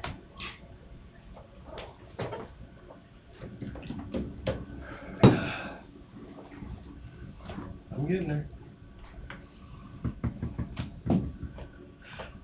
What he said, I'll move. I'll second. Go ahead, Steve. Everybody seconded. Everybody Okay. second. All in favor, say aye. Aye. Aye. We'll enter at 12:05. 1 minute? You can walk that clock's off. Fast. This is 12:04. Okay. I go off this clock. We'll see y'all at 1 o'clock. Wait, what? Whoa, you are buying us lunch. Wait a minute. You did say 12:05. It's now Okay. 12:05. Now, they're gonna go to lunch. No, we're not going to lunch. You can't go where we go. We'll go with you. I can see that none of you is on this Did schedule. more show up while we were? Yes. You keep multiplying. When one there, I had to wait for my employee to get back from lunch, so, yeah. So it worked out handy for me, but everybody else had to sit around.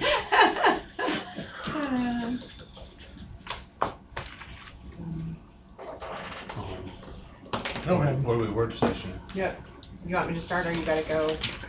No. Oh, are we good here? What are we, work session? Well, we're gonna talk about the time clock. And pay on the, moving the pay date back so we can get to the 22nd as a cutoff. Begin pay on the 23rd and start here in a couple months, but we need to get it figured out on what we're gonna do. We talked about it a while back, and I know, I think you might have said, Tom, you didn't care what happens, just get us on straight, regular pay, you know? Well, yeah, I wasn't too worried about the time clock as Yeah. much as I was really getting on real-time pay. Right. Once you get that accomplished, then you can worry about the time clock. Right. Then somebody threw in a time clock and, right. Yeah. Here we are. And so, anyway, so what kind of has transpired was, we've been working with CIC, I talked to the programmer, or the programmer that's helping us get going on this. And I was telling her we needed to figure out how to move the pay date back. And so we thought, she suggested and we started just looking at the month of June, not that we're starting this month, but we were looking at the month of June, that it had more hours in the month at 176, so we could move the date back to 2 days. And then those 2 days would go on the next month, and then back it back 2 days again in July, and move forward. That's what we thought might work. Well, I sent an email out, and apparently employees thought we were just gonna cut their pay, not pay them for those 2 days at all, and it caused just unbelievable, I don't even know. So anyway, and it was brought up that some people had scheduled vacation, they knew those months had more hours in them, they were counting on the money to be able to go on vacation, and then, so, but not saying we were gonna do it in June or July. I mean, I'm pretty sure we're pushed out to August at this point. So, you know, this has been going on for over 2 years. Yeah, and It's not gonna be fitting for everybody. I'm just kind of at a point that we need to get something decided, so when we know we can go real time, we can.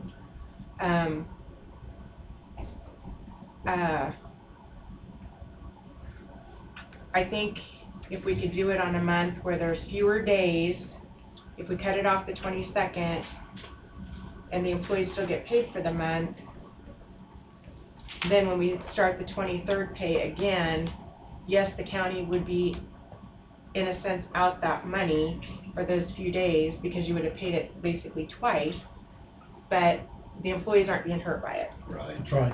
And I feel like us going to the new time clock system and getting on the real time, this was all set up long before any of us were here, and that I think hurting the employees isn't the answer to do that. No, that's. It's not the intent. The Right. intent is to get everybody on real-time pay. Right. And like I say, the time clocks can come a year later. I don't really care about the time clocks. Yeah. I did the same thing with my company. We switched from paying on, having their checks on the Monday following the Friday, and then we switched to ACH, so we ended up giving people extra vacation pay. Yeah. Just because we didn't want to short everybody. You know, And- a lot of people depend on their cash flow, obviously we all do, Right. so. And so, the calculations we did, it looks like it won't affect your salaried and elected officials, Correct. because Right. they're gonna get their full salary no matter Same what. time, yeah. And so, based on all of that, deducting out the salaried people, it's roughly be a cost of $100,000, roughly. Okay. And, Do it in August and get it done. Yeah. yeah, we need to fix it. It'll work- period. it'll work We need to out. fix Don't it. hurt It's our anybody. intentions not to do it. Yeah, our So- intentions aren't Short to hurt. anybody. If we do it in August, then, so just so that everybody understands, so we'll go ahead and pay the whole month of August. When we start the real-time pay, we'll start August 23rd. So employees will get the 23rd through the 31st on the August paycheck, but then they will get the 23rd through the 31st that will go onto the September pay. So if they don't save that extra money, they will be short in September. Does that make sense? But they're gonna get it in August. They're gonna get it in August, but when, Basically pay twice for it. right, for those few days, but when they get paid in September, that extra money they get in August has got to help pay for their September. How many because days is that, Angie? That will be 1, 2, 3, 4, 5, 6, 7 days. They're getting paid for 7 days twice. Yes. Yes. But that 7 days, that extra pay will be part of their September check, To get us on that to get us To on get us on real-time that pay. schedule, and then that should fix it. That'll Well- fix the real-time pay. Hopefully, we can go real-time on time clocks too, but our real-time pay will be fixed, so. You know, you mentioned vacations for some people might be an issue. September's only got 160 hours in it. Is that would that be a better fit? Well, If you did it on the 22nd, that'd be 5 days.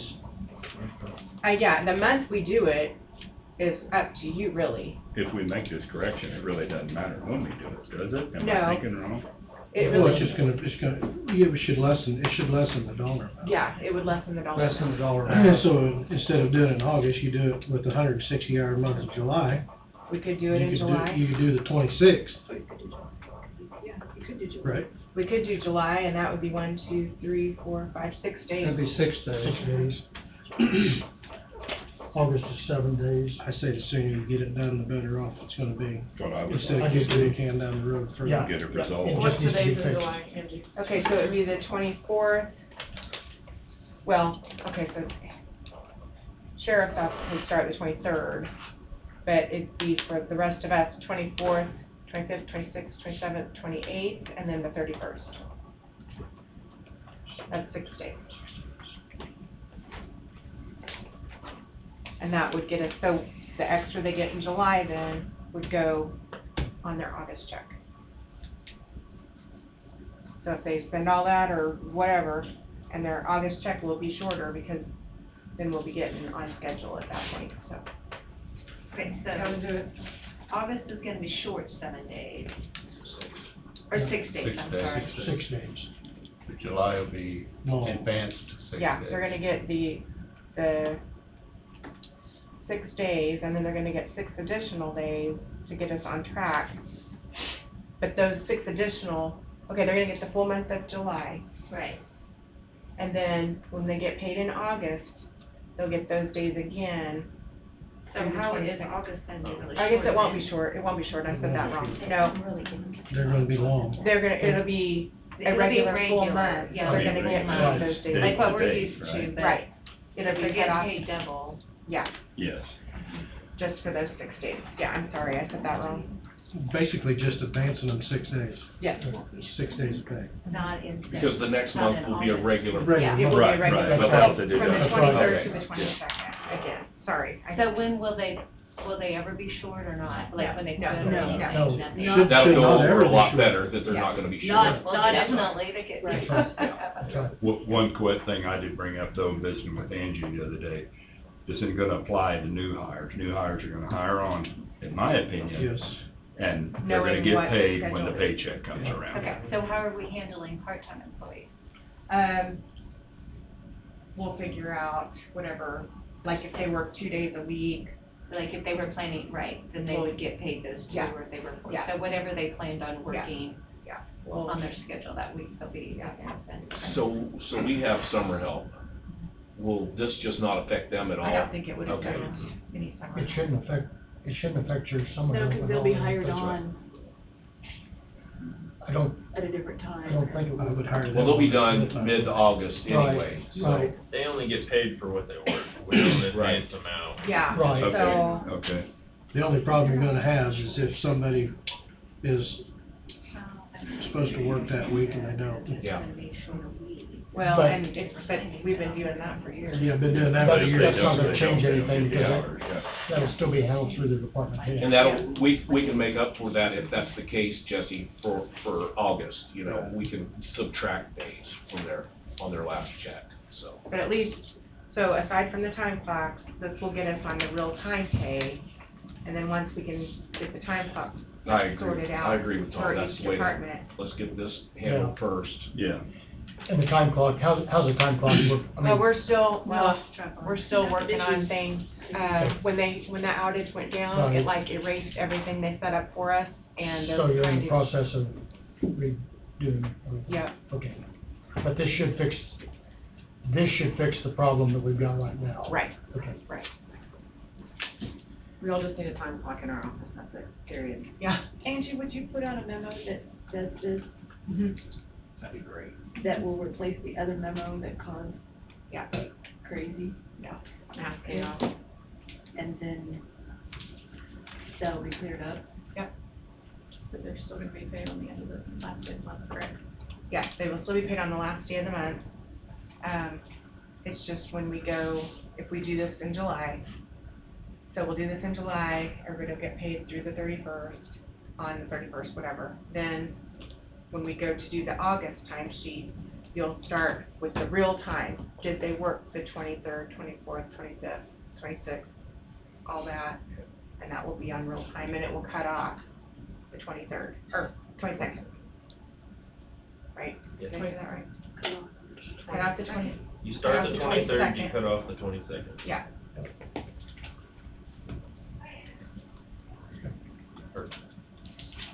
Sounds good. That sounds Okay. good. That was us. Thank you very much for this. You're welcome. Yep.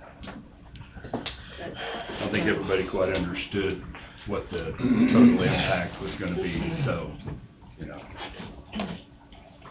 All right, it's much better. Now if I can just leave. So do we need to make a motion? Yeah, let's do. Yeah. Let me get back in there. Yeah, they say politicians like to vote, so.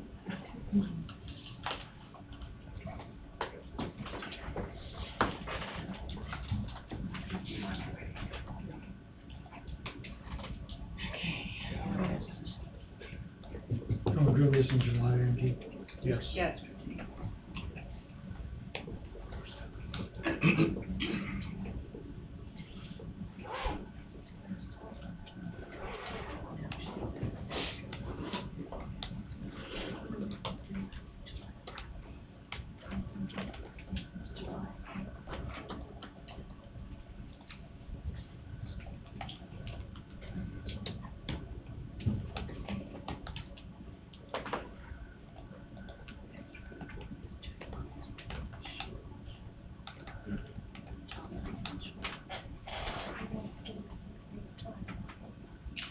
Well, no, you're getting. To get all hourly employees on real-time pay.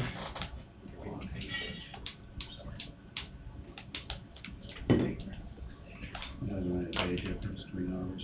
Yeah. So what? I'm sorry, I shouldn't have thought out loud. I should just. There's only one day difference between July and August. Yeah. Yeah.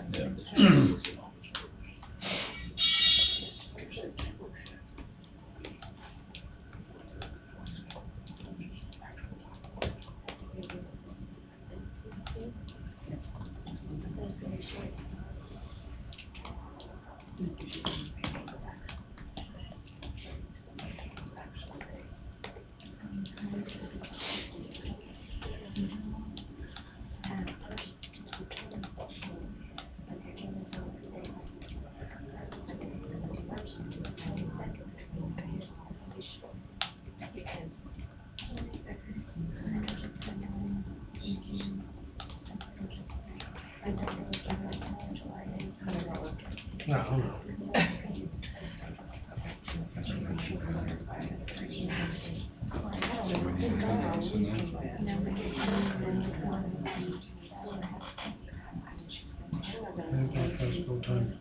Full-time hourly employees, 6 additional days in July to get all hourly employees on real-time pay with the new pay period beginning July 23rd to August 22nd for the cutoff date and continuing to employ, So, to Angie, pay on the last day So of each if month. you're saying it's the new hire, so she has one starting in July the 3rd, so her July paycheck will be short a week, basically. So we pay July 3rd to July 22nd. And so she won't get that extra week of pay that she actually works then, until the next month then, if you're saying the cutoff date is now, right? Well, if you got, When did she start? July. July 3rd, yeah. July 3rd, so she'll get paid from the 3rd to the 22nd, So real time. real time, and so the next pay will be from the 22nd. So her last week in July, she won't get paid until August. Correct. But if she, when your other one started already, yes, she would be. so she's gonna be then. And then going forward, any new hires, it will be that way. It's, no matter when they start, they'll be paid, if they start on the Even if 14th. it's in July, they're gonna have that 1 week Yeah. that they're not gonna get paid Until the for next until the month. next month, yeah. It's really no different than now. It's just we're changing that pay date. Really. How about on the law enforcement side? When a lot of working times, they have to stay on 28 days. we've got to work that out with CIC. I did talk with her about that, so she was gonna be talking to you too. Yeah, I'm just saying, like, they can't run it from the 23rd through the 22nd. Yeah. Yeah, okay. We'll figure that. Okay. Yeah, we've got that written July 23rd to August 22nd. To me, that doesn't include August 22nd. Does that need to be through August Through. 22nd? Yeah. Yeah. So new pay period, being- okay. We need to say, should we say from the or take out the month and just say 23rd through the 22nd each month?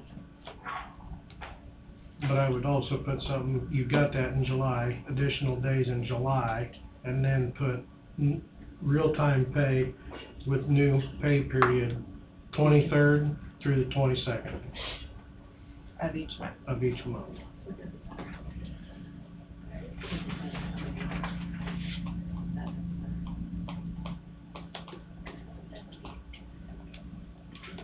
Is that like better? Well,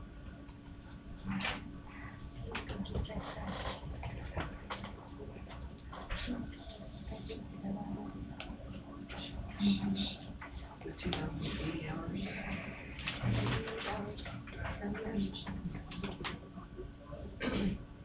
You missing a two. Oops. There you go.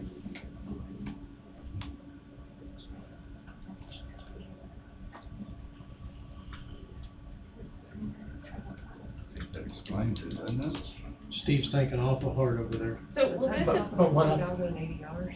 will this, if it's yeah, on a Saturday, I mean, am I missing something? The 23rd, it says for each month. What if it's on the what if it's on a Saturday? Are we just talking this one time?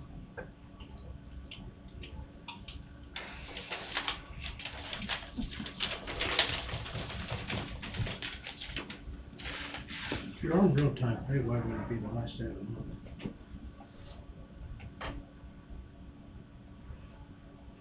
Oh, we gotta make our checks last day of the month.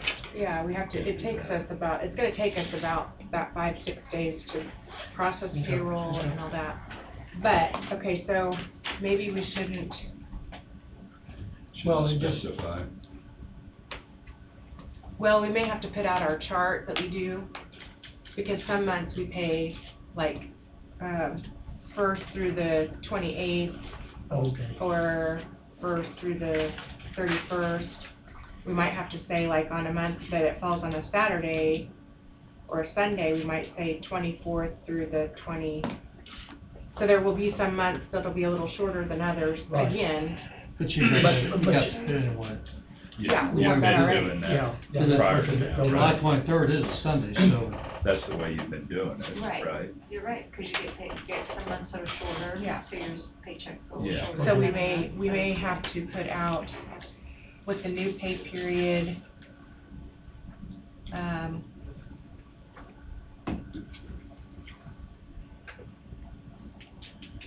Why can't they get the check the week after the end of the month?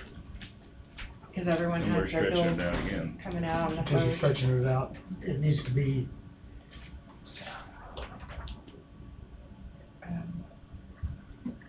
Yeah, I understand. For our check, for us to do it, I guess, right? Angie, could you put together a calendar going through the end of the year and then adopt the schedule in the calendar since? That's what I'm trying to get that And then do wording. it for the next full calendar year, then you have, each year you just adopt what's in the calendar. Yeah, And then that calendar gets sent to everybody so they know. Yeah, I know ahead of time. We gotta do that before we do this. The Well, she calendar? said it's new paper. We gotta do the calendar before we do this motion. I think if you had the calendar to do with the motion, to begin, to commence whatever the day is in July, and then to adopt the calendar that for the For the remainder of the year. calendar year 2023. Because for this, we're just setting it up to get on real-time pay. So July, we're doing it in July, and refresh me, the 20th is when you're cutting off? 22nd. We would cut off the 22nd. Okay, Which, I mean, we could still cut off the 22nd because. Oh, you're right. Department heads aren't, or hourly employees wouldn't be working, but That's right. you would have sheriff's office working. yeah. And so then it would be the 21st basically for For all of everybody us. else. And then, yeah, I mean, I think we could. The cutoff would still work. Yeah, the Cut off cutoff still would work. work. Yeah, you're Still right, works. you're right. And we can make this motion next week after the calendar's made up. And the calendar's still gonna have to match the 2080 hours of the year. Well, it'll be 2086, right? Because you gave us 6 hours.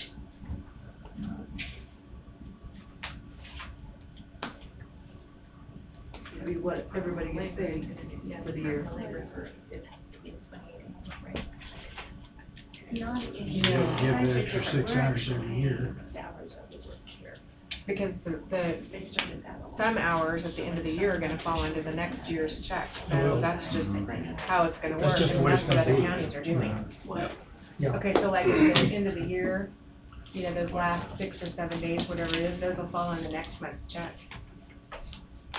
Every year there will be that So you won't overlap. gross as much This this year as you did last this year, because December's those gonna- 6 days will be on that next check. It will grow as much because they're This getting December's paid gonna for it. Well, yeah, take you five get hour, paid 6 5 days. days will be into 24. But you're getting paid those days now, so. You get paid 6 So you're up still front, gonna you'll be have the fine. same Still be fine. salary. Yeah. I would think.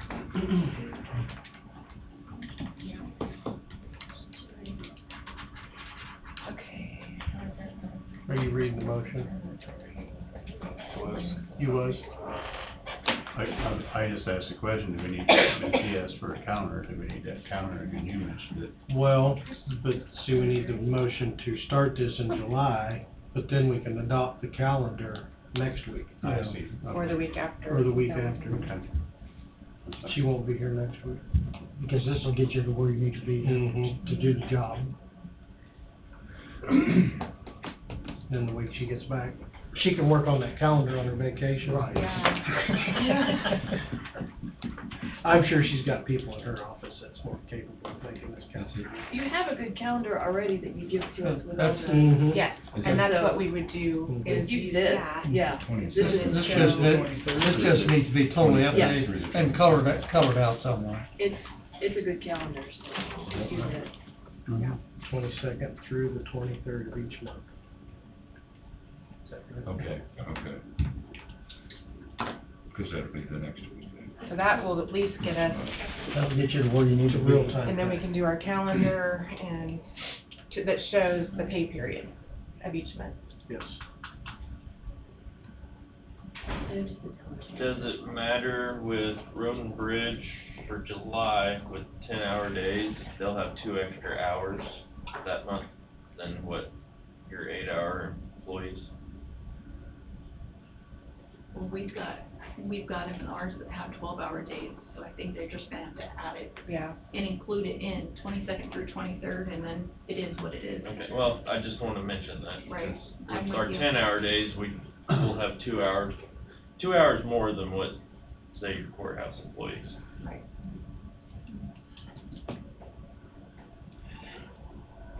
You know, we need to get everything identified as much as we possibly can.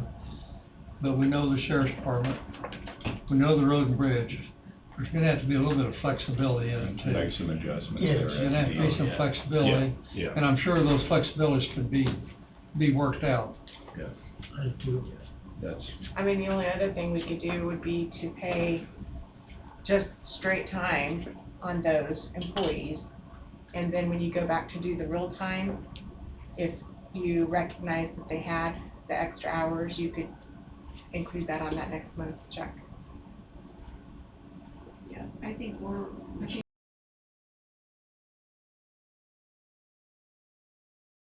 to the real time, the beginning of the year and the end of the year is when it's horrible. okay.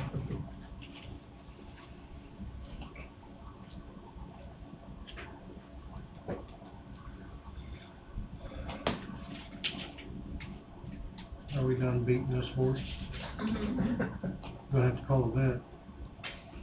So, do you wanna read it and then if you More than guys, gladly. You know, with the potential overtime for road and bridge and sheriff's department, is this system that we're using gonna be able to identify the 40 hours and pay accordingly for a time and a half? hey, The orderly? time clock system. According. Oh, yeah, according- yeah. It will recognize that and award our employees for time and a half. Yeah, they will, it's gonna be set up to, We think. yeah. That's the plan. That's the plan, that's the plan. Because it's not now. Right, and everything was kind of set up before the outage, and then everything got wiped out, so. But it will also give the option of comp time Comp time, yeah, versus overtime. because we have that too. Works 8 hours. Okay, I'm gonna read the motion. So here we go. One more question. Angie, what if it's due to the last check of the year? I So mean, that's not. that would be December 23rd to January 22nd? Is that real? Those days will go on to your next year's. Yep. So those, yeah, right, those go on to your next Yeah. year's Right. check. Does that do anything to anything? Shouldn't, You get those 5 days in We pay 24, ours, pay the but same. you've already been picked up You've been paid 6 days in six. July. You've been right paid here. 6 in Right. this year, Right. so it shouldn't matter, right? right. It shouldn't matter. Hard to No. make everybody about the same. Okay. Hurry quick before we change our mind. Reading the motion. Move to authorize paying full-time hourly employees 6 additional days in July to get all hourly employees on real-time pay, with the new pay periods beginning the 23rd through the 22nd of each month, and continuing to pay all employees on the last day of each month going forward. Moved by McCurry. Does that need to say the last working day? Last working day of each month. Okay. Still move. Except for the sheriff's. With correction. Except for Except our for- sheriff. It'll work itself. It'll work it all itself out. Hey. You moved, I second that. seconded by Thompson. Any other discussion? Can we Please. just, can we add, full-time hourly employees? And part-time, or let's see, okay. Paying full-time hourly employees 6 additional days in July, and part-time employees, if we just said accordingly, would that be okay? 'Cause however, they won't get full 6 days, but if they work 2 days a week, then they get 2 days for that. Okay. Does that make sense? Like Adam said, days I would worked. say days worked. Days worked.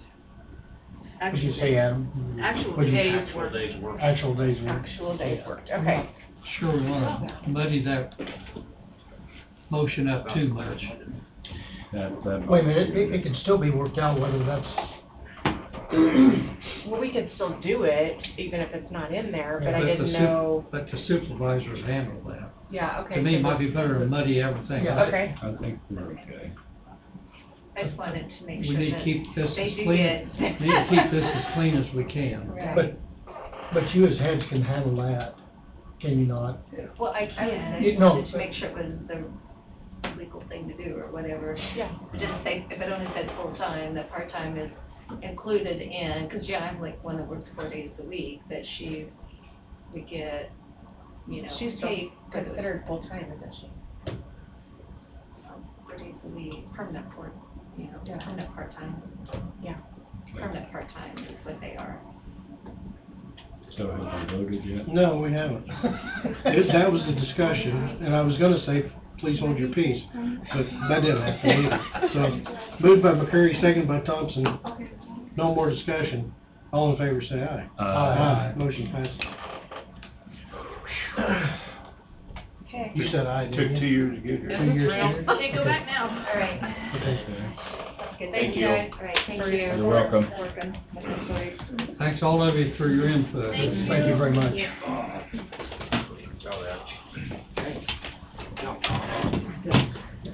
My gosh, we're losing everything. Yeah, lost the whole crowd. Oof, that's it. Get out of here. What's everybody wanna do? You said you had an executive session? I've got at least, yeah, probably. I've got one. I got snack crackers, or we can take a look. Let's continue. Continue, how about we have a 15-minute break? That'd be good. Cause I've got a ball game at Madison tonight. Okay. Have a 15 You minute play break. tonight? Madison. Well, that ain't very far from here. No, but I gotta go over. Are you playing, are you? Yeah, I'm playing. Kill that. Okay. That can't be good. I'm kidding. Starting Yeah. at 12:50. He'd come back next Monday with a broken leg. His grandchildren. I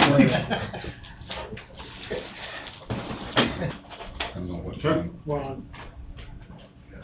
Yes, he got to find his phone. yep.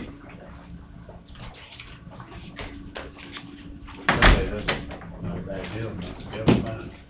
Yeah. Yeah, tip me with a good time. Mm-hmm. Why is it so peaceful that the charger didn't get plugged in and it's dead? It's a good way to start the day. Exactly. All right, we're back.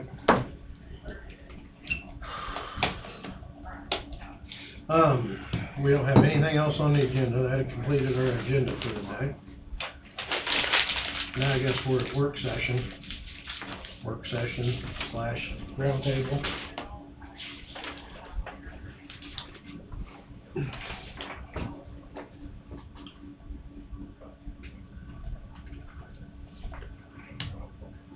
The discussion of the RF, whatever, KP and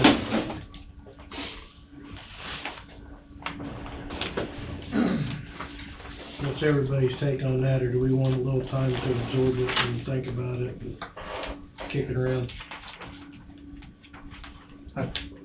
My opinion, I think we need some time to think about it. We've got a third, October 1st probably to do it. Yep. The third page in there, the spreadsheet of 2020 to 2024, I don't understand the numbers in it by any means.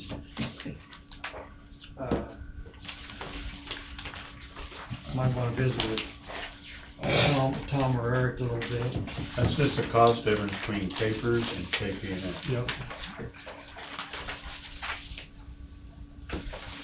See, one's at 9.0961, the one's at 0.2193, same amount of money, is a difference of $98,867.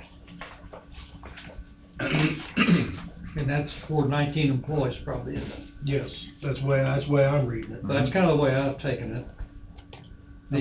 We're assuming, but. Yeah. Now, I know there's evidently quite a few cities and quite a few counties that's probably adopted this new retirement plan. Number 4 page is surrounding counties and cities. There's some counties that are blocked out and written in as cities. Is the city within their program, or is the county, or is it both? Well, I would venture to say that I know Emporia is involved in it. I know the fire, so I'm sure it's the city police and fire. I don't know if the county apparently is not. But it's like Franklin County, Ottawa's listed, but whether Franklin County is or I don't know. Miami is, Paola's listed and the city of Lewisburg's listed, but is the county involved in it? No, over here, go to your. I would guess maybe it says the counties are, because Woodson County just got Yates Center colored on the top of it, and like Anderson, it shows the whole county, but maybe that's not what that means. That's correct. KP&F on the other page, under the option 2, it says KP&F, Lawrence PD, Douglas County Sheriffs, Anderson County, Garnett PD, Emporia PD, Pittsburgh PD, Erie PD, Spring Hill PD, Fort Scott PD, Topeka PD, Gardner PD, Manhattan PD, Cherokee County is apparently all one, Franklin County Sheriffs, Jefferson County Sheriffs, Johnson County Sheriff, Labette County Sheriff, Miami County Sheriff, Neosho County Sheriff, Chanute PD, Ottawa PD, Paola PD, El Dorado PD, Parsons PD, or just to name a few. But that's the pool that you're trying to pull out of to get somebody to come to Coffee Right. County to be a sheriff. You know. Well,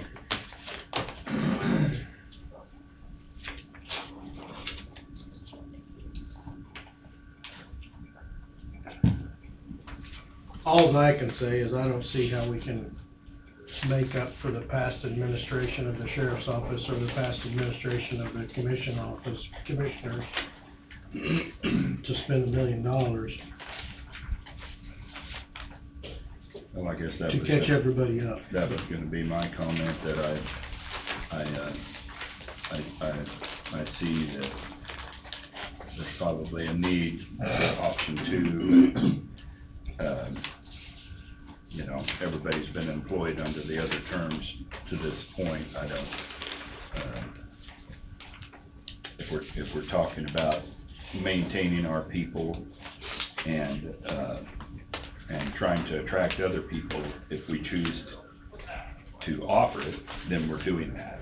So I don't see what the option 1 changes that really. Yeah, I don't either. I guess my opinion would be, if we were to do something, I guess I would lean towards the option 2 That's rather than the option 1. Yes. But you've got some time to. Yeah, we're not doing it today. So. We're not doing it, but But that's my thoughts. and my thought also.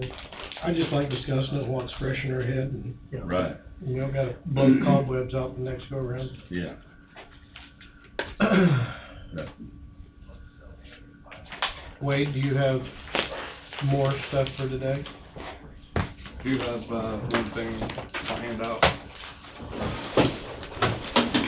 So if you remember, May 30th, I believe it was, either Garrett or Brett, one of the two, maybe both of them were here, and they talked about a contract not to exceed 72,800. Grant writers? Yep. So they were gonna send me a copy of their contract to review it, we ping pong back and forth. So I changed some minor tweaks, sent it back to them, and they gave the green light for the changes. So this is the original, and then these are copies.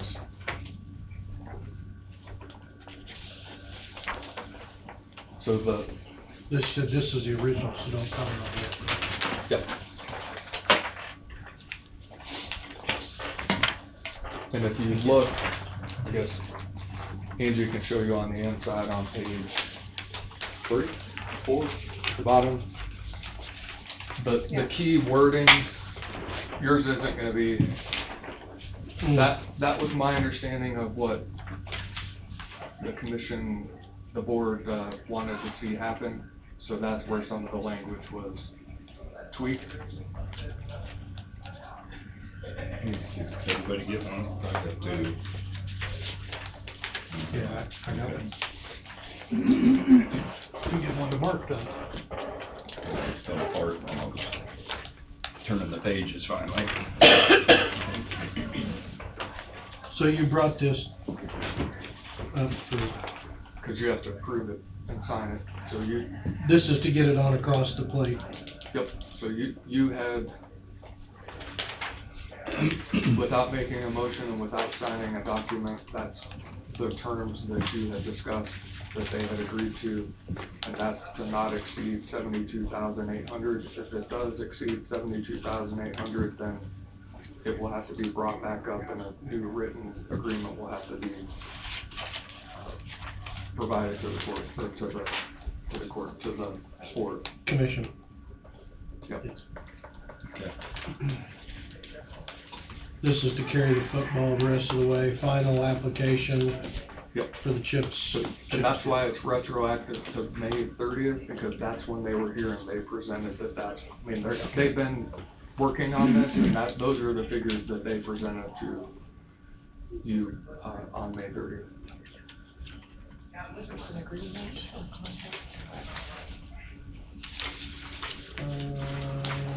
Contract.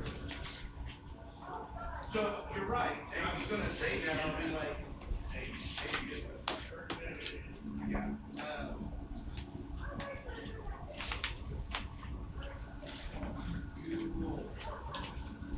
What was it, everyone doing for writing the grant?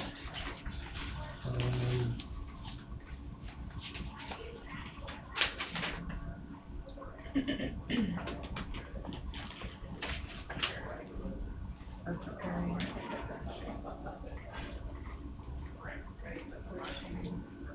And it's the same contract you signed before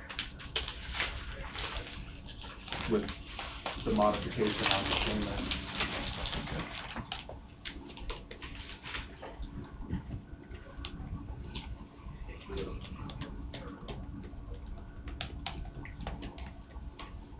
Basically preparing full application to submit to the United States Department of Commerce.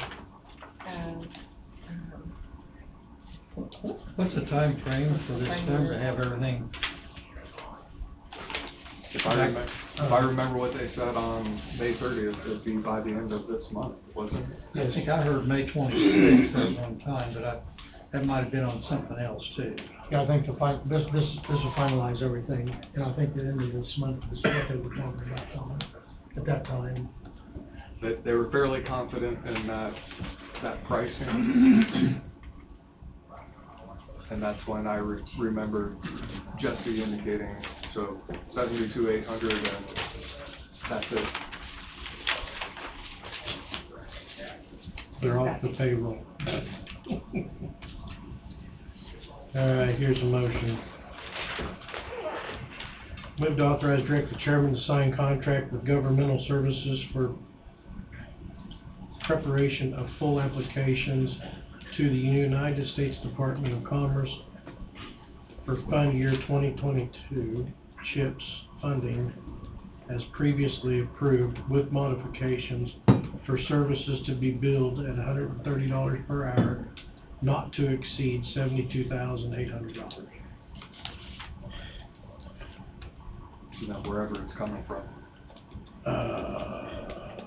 To be paid from The CHIPS fund. CHIPS fund.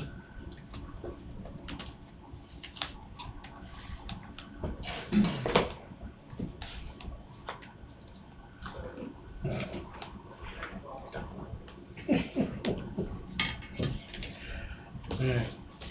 There we go. I so moved. Doug by Hugo. I'll second. Seconded by McCurry. Any discussion? Hearing no discussion, all in favor say aye. Aye. Aye. Motion passed. I have no signature page. Right here. Oh. Oh, no, well. You said this was the original. Oh, yeah, I did. Did it not print out the?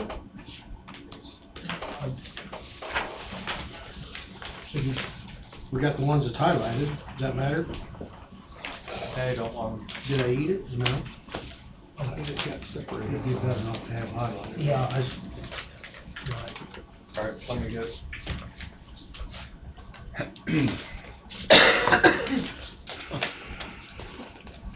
All that stuff is together. where'd it go? Where'd you be?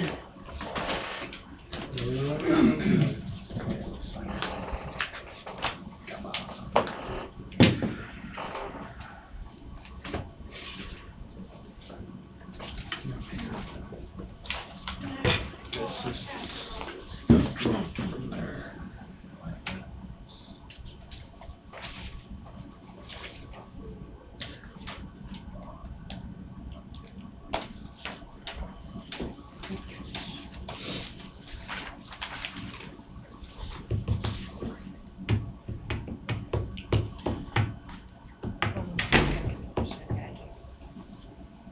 Probably 10 minutes. Maybe longer. I don't know. I'm just trying to see what time we're looking at. I'm hoping to be done here by 4:45 today.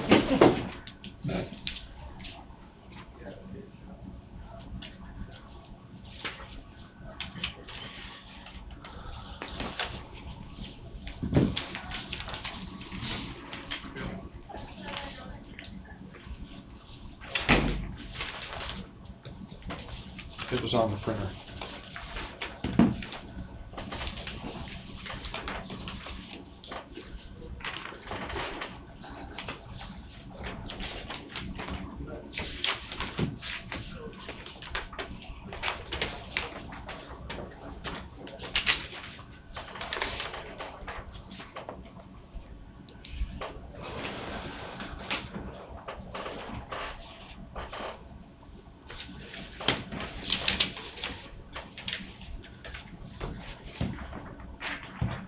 Do you want this back, please?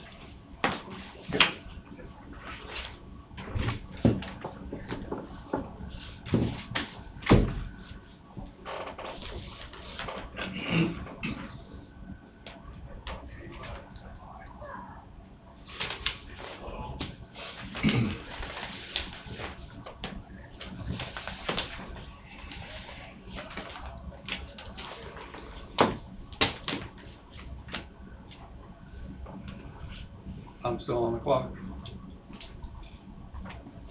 Oh, yeah, you are, aren't you?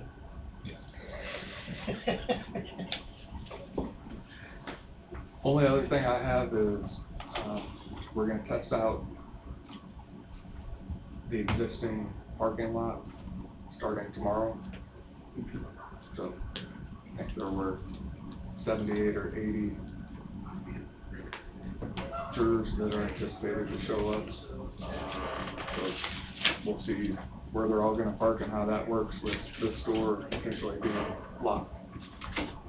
Oh, this door's gonna be locked?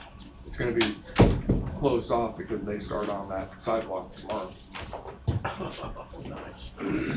That's why we wanted to clear the parking lot out back. Well, I just figured the additional people coming in, you needed that parking lot to begin with. Oh, well, that's probably true, but with this project going on, Yeah, I didn't realize it was gonna be, this door was gonna be shut and there wasn't gonna be anybody, I mean, if they park down at church, then they gotta walk around to the back door to enter. yep. Yeah, because of what they're gonna be doing, tearing out the sidewalk and dealing with digging and probably not a safe environment for people to be walking. Mhm. We're gonna have signs up saying jury parking, anything like that? I think the court sent out a notice to the jurors Okay. to come in the west door. We'll see how that works tomorrow. So outside of that, that's anticipated to last into next week, the trial. The parking situation will depend on how long it takes to pick a jury. So.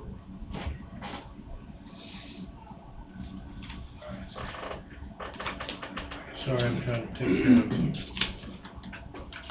of horrendous business along with this.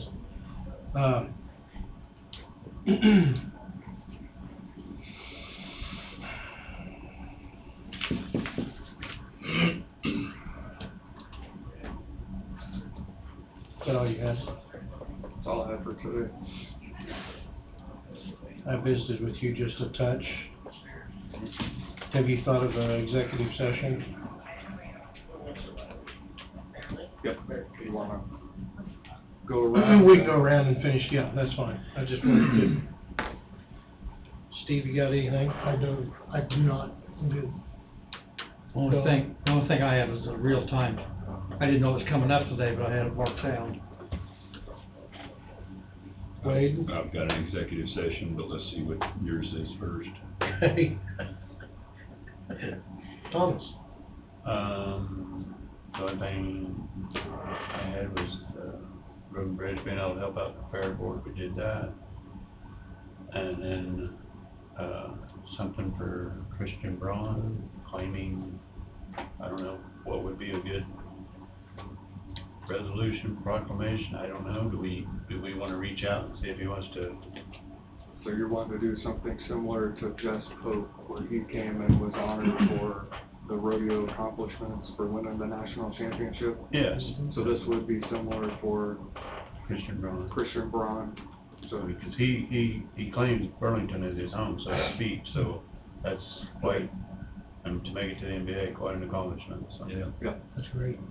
So, I think, start with putting together some wording, and probably have to have somebody with a connection to reach out and see if he'd be interested. Just a Or, thought. or potentially, if anything, maybe appear by Zoom. Yeah.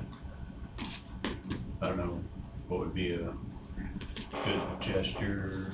I mean, like I say, he's nationally considered Burlington his home, so we should recognize that. And maybe claim June as, I don't know what would be the correct way to do that. Never been involved in something like that, really, so. Seems like when you hear him doing an interview, Burlington still is base. Yeah. So I can work up, find out, whatever, maybe have it for next week or the week after, depending.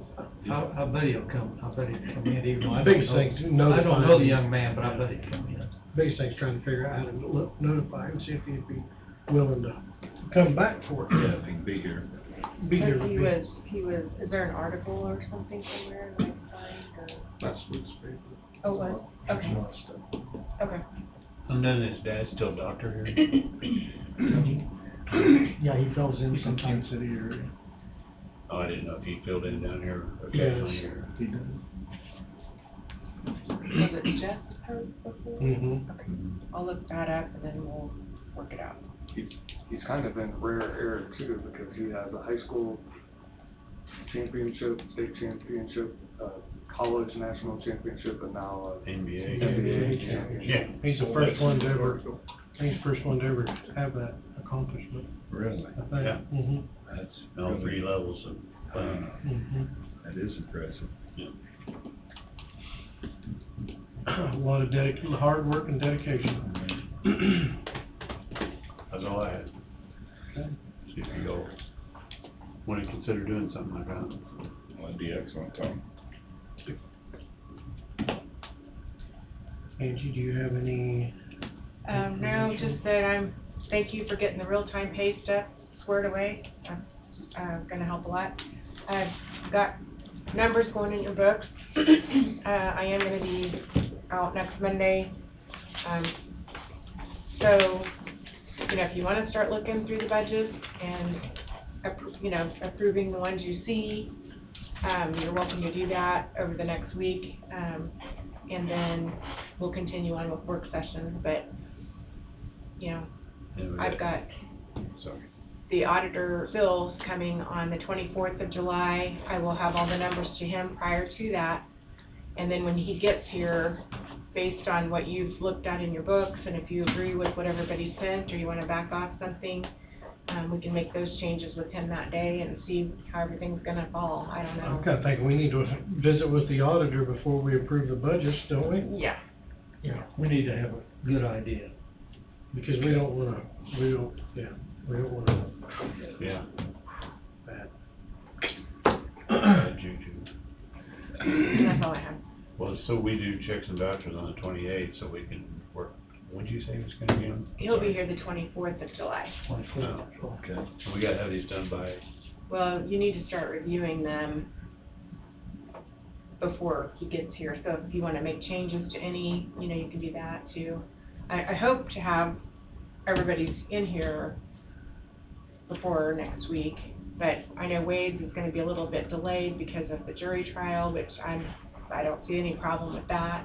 But I think I'll have everybody else's in there for you, so you ought to be able to get through most of them as you work through them. Don't you think the auditor ought to look at it before we, and I'm going to get those numbers to him. as soon as possible, that way As soon as- before we approve the budget? Yeah, but We if- know what the limit.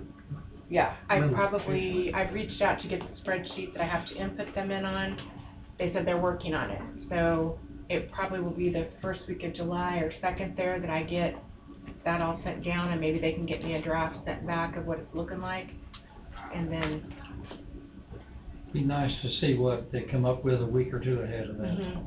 How does And that's the goal. I know that's a lot of work I for would you, but like I to- think we need to take a serious look at it a week or two before we know what's going on. I would like to know what it's gonna look like before we go and approve it, I want to. as far as revenue neutral stuff.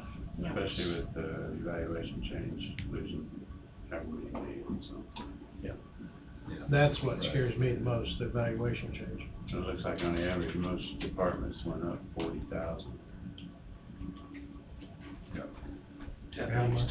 At least 40,000. 40,000. Each department thus far, not counting road and bridge, of course, 400,000, but that's, it was for equipment, so.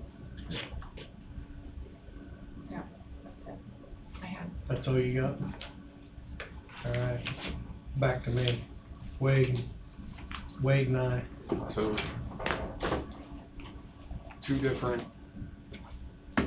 styles of executive session. I think Wade's is non-elected personnel and yours is legal advice.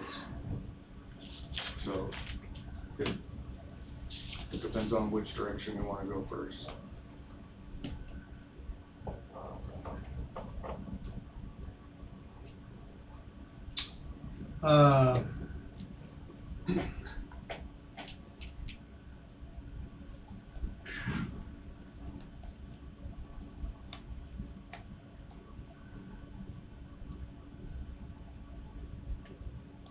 They're two different avenues.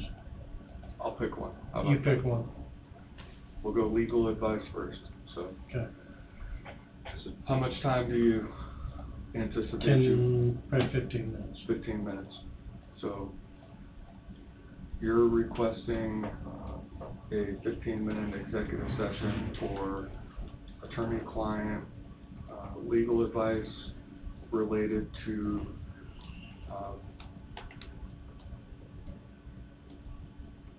legal issues surrounding a subordinate board of the commission.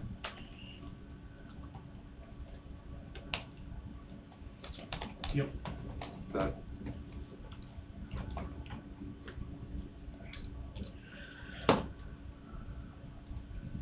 15 minutes.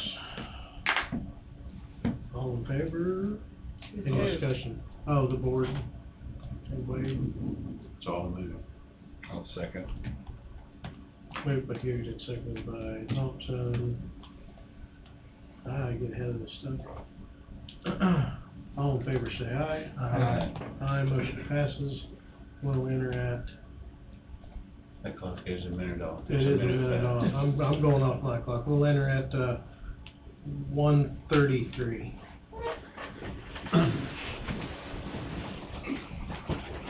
Just a minute ahead of everything. Yep. It is. You're set by satellite, believe it or not. Yeah, the one down. I suppose 15. I don't know that we're gonna. Okay. We lost one. There he is. Don shut the door on you. Sorry about that, Tom. Like a mother duck, we lose our little ducklings as we're walking down the street. Steve was here, I figured I seen a concrete truck across the street. Good time. Got sidetracked. No action taken. Right. No action taken.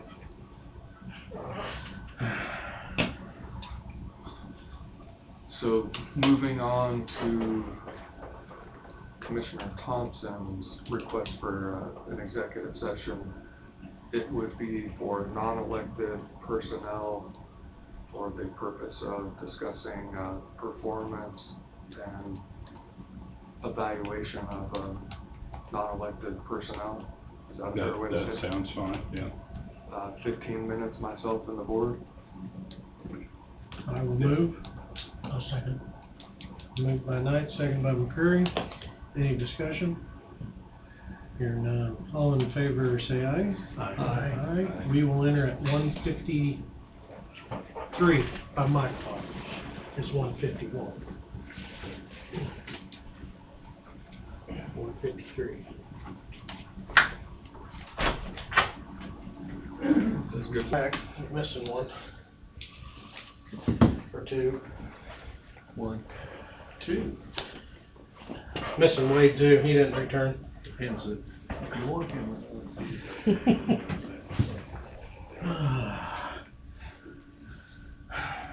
promise it's not gonna be 4:45 today. Well, I guess no action taken for. No action taken. Yeah.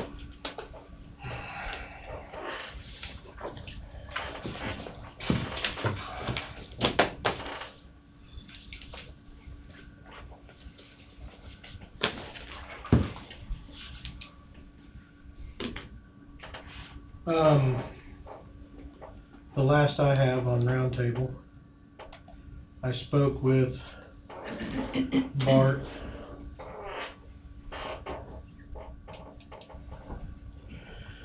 What's the other guy's name? Bart and, The Kentucky guy? yeah, the Kentucky guys. Met with them last Wednesday.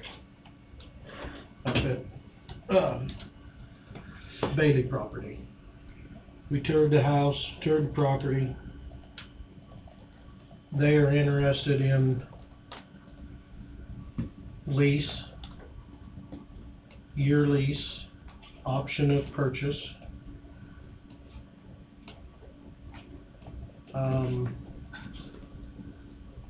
$32.50 a month. County pays electric, water.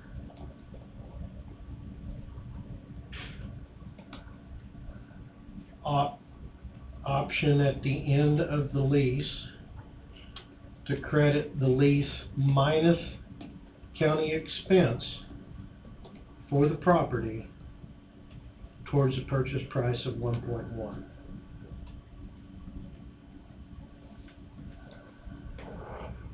What, is it vacant now? No, not till July. The end of July, potentially beginning of August. So is the pool opened up? Pool is open up, yes. Your monthly maintenance on that's gonna be I'm getting that 150, information. 200. I'm getting information on that. I did get the 2 new hot water heaters that were installed, created their electric bill to drop, which is unbelievable. Electricity is about 500 average a month. And their water bill, she's supposed to be getting me that information. But at a year, at $32.50, is $78,000 minus your expense, county's expense, which you're mowing, your electric, your water, any expense that the county incurs to the property for the house gets subtracted out of that, and then that amount of money is applied towards the deduction of the 1.1. They have approval for that.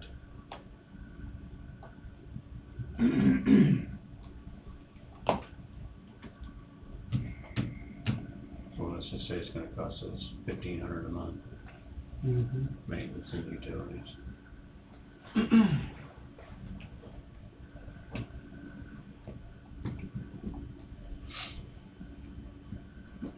That's a guess.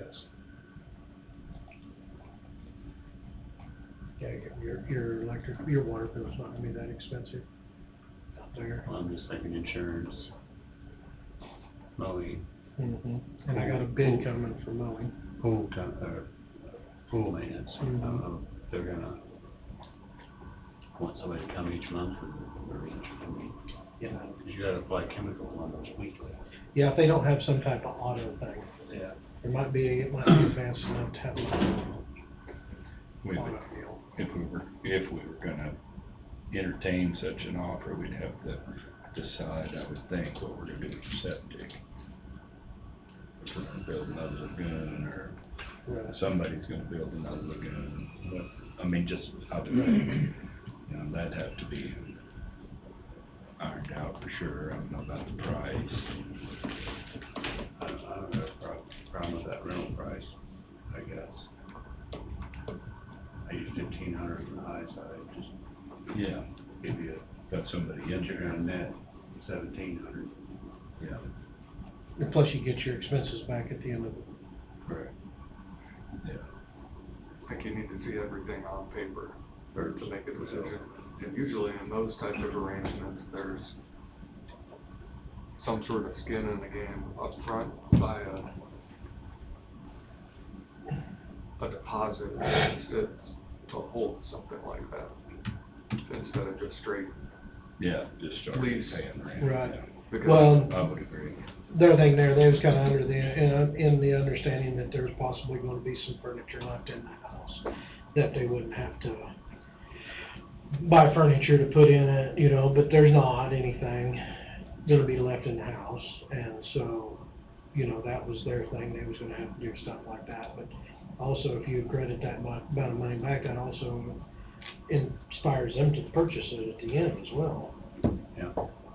But at the end, if you don't have, if they're not purchasing, then somebody else potentially will. Mhm. And that's a, They wanted first right to purchase yep. at the end of the year or before. So, we got it insured right now, don't we? Yeah. We need to see what that premium is, I don't remember what that was for the year. Help make that decision. And that's for the house and the building. Mhm. Yeah.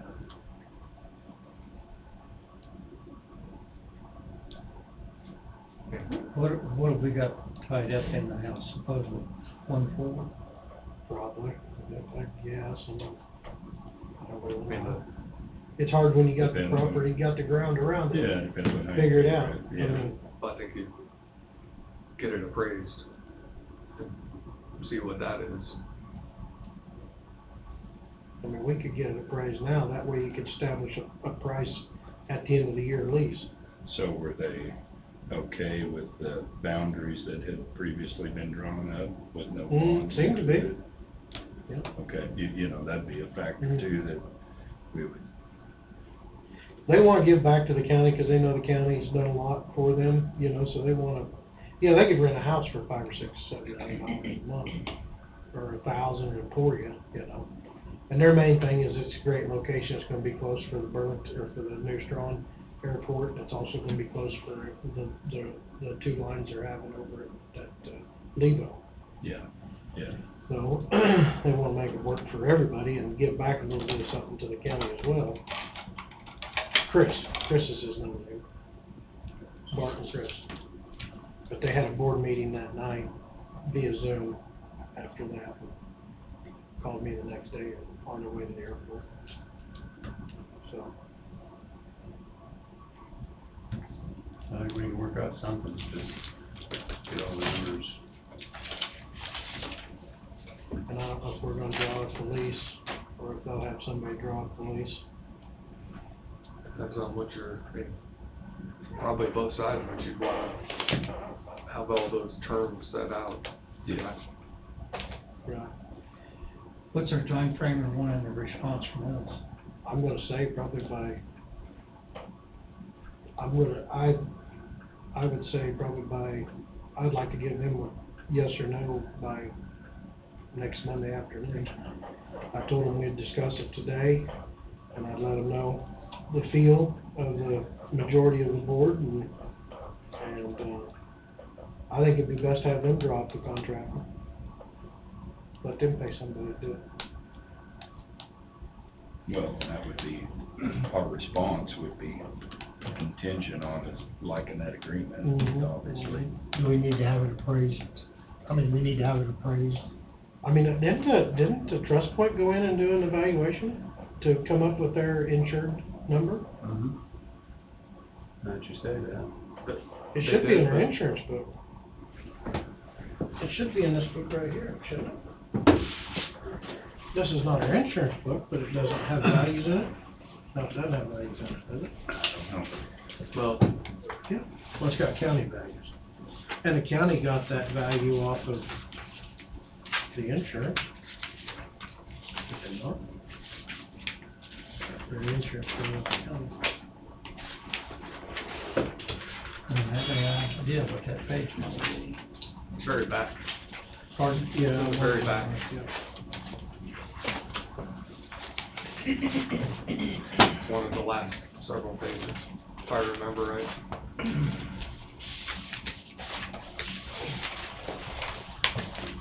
Yep.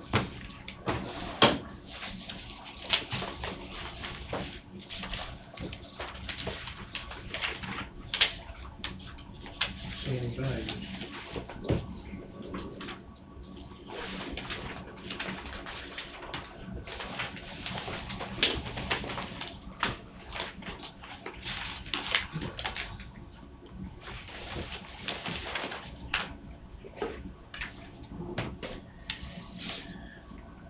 There are, Appraisal, yeah, I know. 23 appraisal was,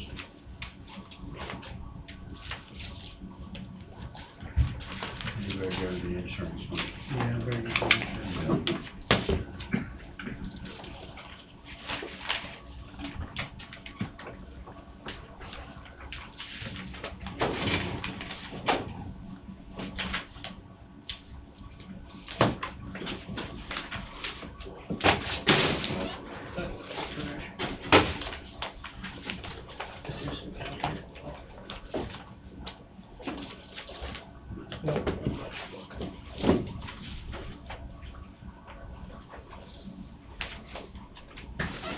I know,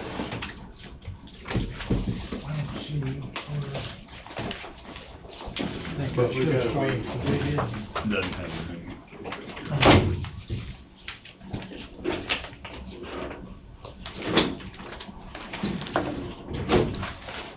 Here it is, 2022. Renewal year. I don't know if this is right. Here. Thank you. Do you know what they have that listed at? Will it be in this? Should be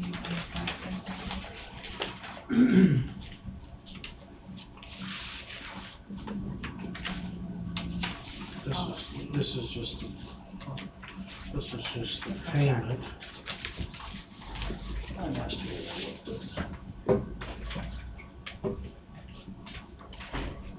General liability.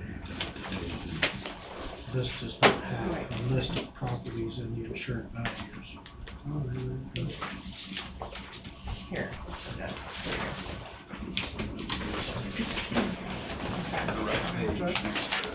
Oh, there you go.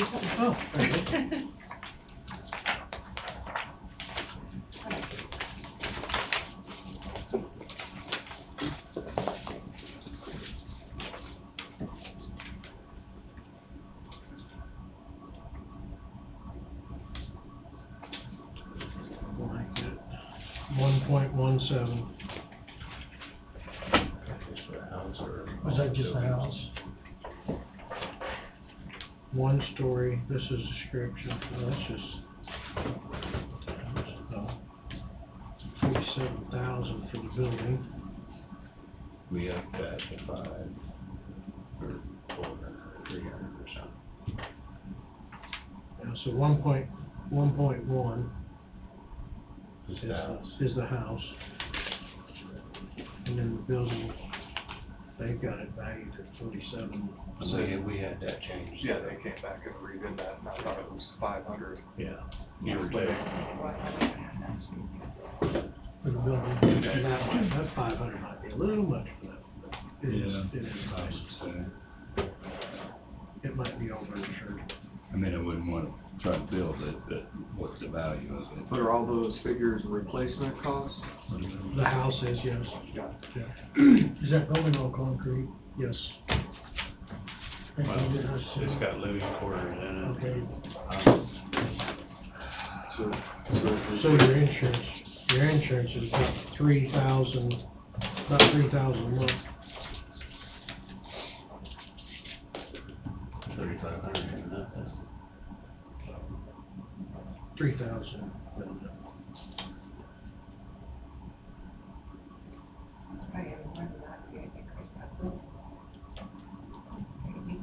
What's your premium on this property?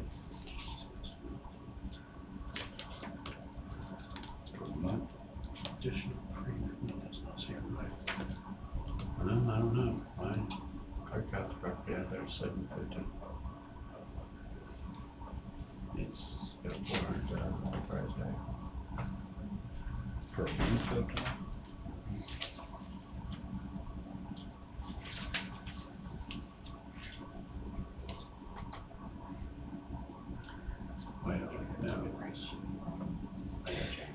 See if that does for it. Because that's. They got one. That doesn't even cover the, of course, what we're getting paid now doesn't cover it either. The 1.1 would just be for the house, is that correct? The property, period. That, you know, that's insured for. Yeah. But that's the house. We'll get some real numbers, Okay. have them next week. Yeah. We have a study session on it. We just do, we just need to know what it's costing us. It's kinda like trying to put. Well, it's gonna cost us more than what it's gonna cost us more than what you're gonna get out of it. Well, having somebody there is worth a lot for me. Right. The concerning part about me is that approval.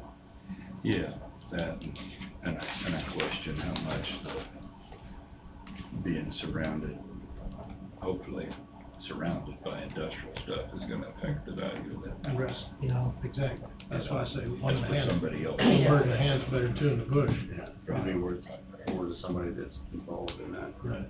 Absolutely. Than it would be Joe So Blow. after a year, you get to the back end of the lease and it's option time, and they decide they don't wanna go that route, and all the expenses that they would pay on the back end, how do they get recouped? Because the county's gonna be paying all those expenses up front, with the understanding they'd be paid on. They wouldn't get their monthly installments back once the expense. Yeah, you keep your rent. You basically keep their lease payments monthly. Which has a figure of $78,000 at $32.50, I think is what it was.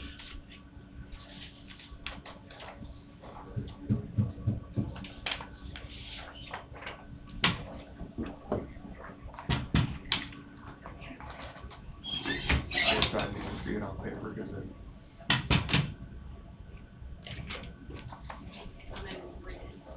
but the advantage to the county doesn't. There's really not an advantage to the county of having somebody in it.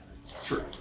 And plus you lock somebody in for 1.1 and you've got a buyer. If they exercise the option. If they exercise the option. They have a little vested interest at that point. At the end of the year, they've got their money, they already paid you. You said insurance is 3,000 a month. Right on that, $32.50, maybe it's a 2-year lease. Maybe a 2-year lease.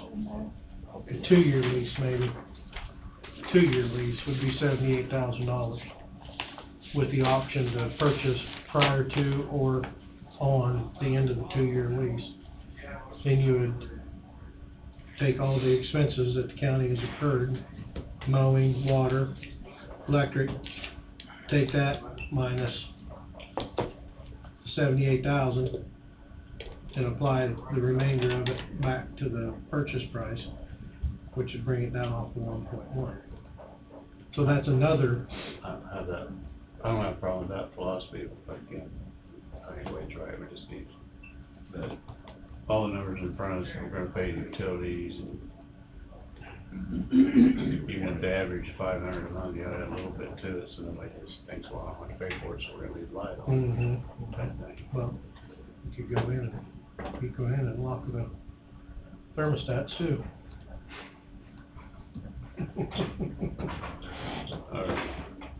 As long as they don't exceed a certain amount. Anything over a certain amount, it's not reimbursed. That'd be a way to look at that. Would they wanna go out 2 years though? They're gonna know something within a year. A year, I would think a year would be sufficient. I'd like to see us get disposed of it Mhm. before then. But is my thought, I don't know. Sure, I'd sure hate to go beyond a year. I think they would be fine with a year. They're gonna know within 6 months what's gonna happen, maybe even 6 months would work for them. Mhm. Hopefully gonna know by the end of this month, right? Do what time? Well, it's supposed to have something on it. Hopefully. For the airport project. I thought the grant for EMP Shields is federal Oh. CHIPS money. Yeah, I don't know when the feds are gonna award that. I don't know. They're essentially moving here because of the airport project right now. Yes, Okay. yes, All right. yes.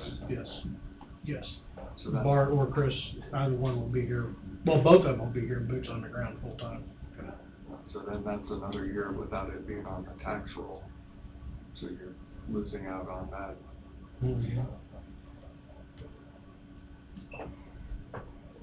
Or we just cut it and sell it. And the idea of subtracting what somebody rents something for from the cost, I guess that, I mean, it's a way to do it, but. Basically, you build equity in it, Sure. more skin in the game. You're gonna lose this amount, or you can apply it to the purchase price and lose this amount. Well, that's, I mean, that's part of the idea with renting or leasing something is you're gaining an advantage because you have a place to be, and if the county is paying for utilities, then that doesn't get subtracted off unless you put some additional skin in the game. So if you put a down payment to hold or reserve your purchase option, and that's the way I've seen that. Well, I mean, I'm sure they'd be game to look at, entertain anything we bring forth to them, but that's just what they have already agreed to. Sure. No problem, without having to go back to their board. If they put a down payment down and that gets held, then that can be applied, because that's real money. Sure. And skin in the game, to me, but you guys get to make that decision. I'm just thinking about different scenarios I've seen before. No, we can't adjourn yet, we got special issue checks, don't we? That's all I had, just food for thought. Thank you, Kenny. I've gotta go meet with some people, so. Okay. Thank you. Take care, thanks a lot. Thank you.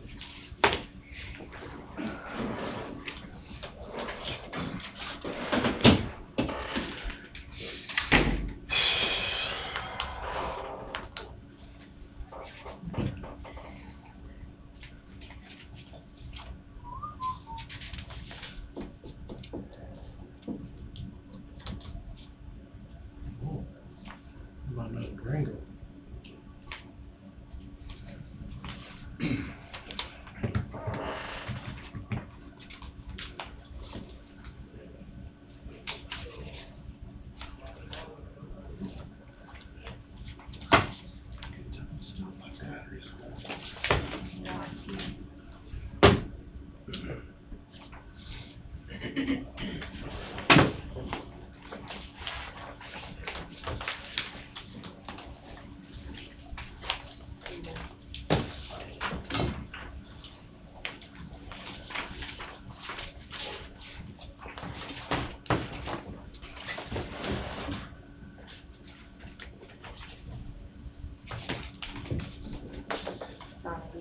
Yes.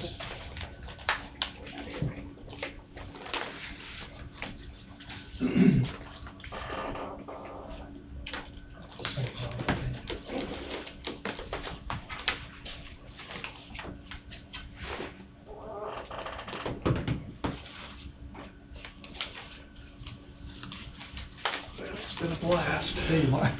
Take care. See you, Mark. You say you're gonna look on before you sign a check, huh? Mm-hmm. Well, that one, yeah, person I'm doing this. Yeah, I was gonna ask if there's a motion to purchase a vehicle, I don't know if you had it in the budget, I'm guessing you had it in the budget. To be honest with you, I cannot remember.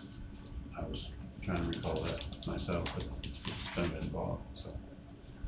Well, it hadn't been bought yet, till you signed the check. I'm guessing there was a motion, he's got the money in his budget for the vehicle? Sheriff? I mean, yeah, I have the money in the budget, is that what he's paying us? Well, I know, vehicle purchase.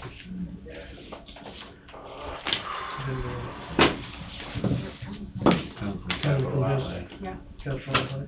Oh, okay. Capital outlay, sheriff's or capital outlay, county? Is it 00160? Under Under the voucher. Well, Yeah.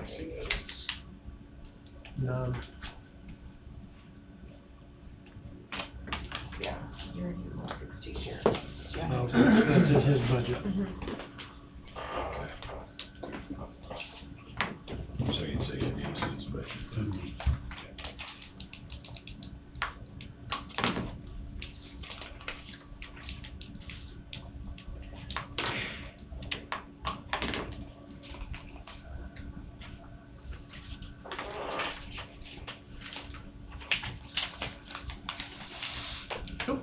Just need to throw them down there.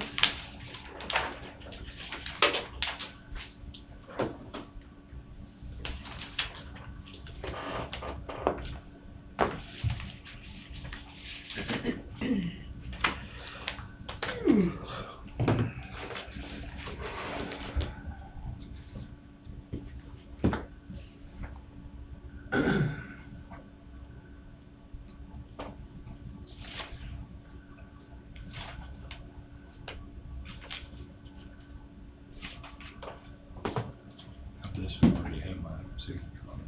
I signed one. Oh, I don't know. Troy, got your initial on it? Yeah. How in the world that? I never noticed. Must just did it and forgot. Well, I don't know, but I didn't do it today, it's all I'm saying. I know that, I just signed this one. Maybe I did, I don't know, There was no WTs on anything I signed, so. Okay, maybe I did. I sent one across and then I brought everything else back. I don't know. Don't mind me.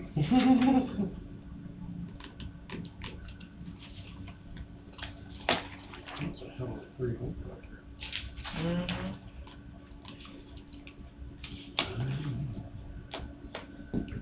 Gets a lot of work.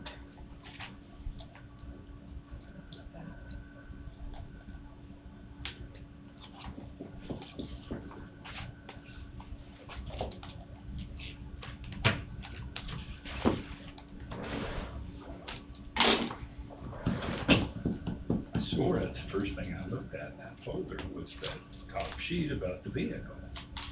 And maybe I flipped back to it and signed the other one, that's probably what I did, it was underneath of it. So I was looking for the I bet that's what I did, I was looking for the signature page and I signed the next one. That was right under it.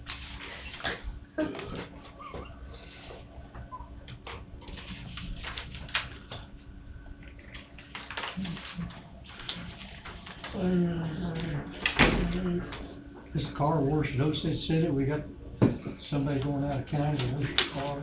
Wolf Watch is Lebo, isn't it? That's at Lebo. The billing address is, Arvonia. But that's the location. Yeah, it's at Lebo.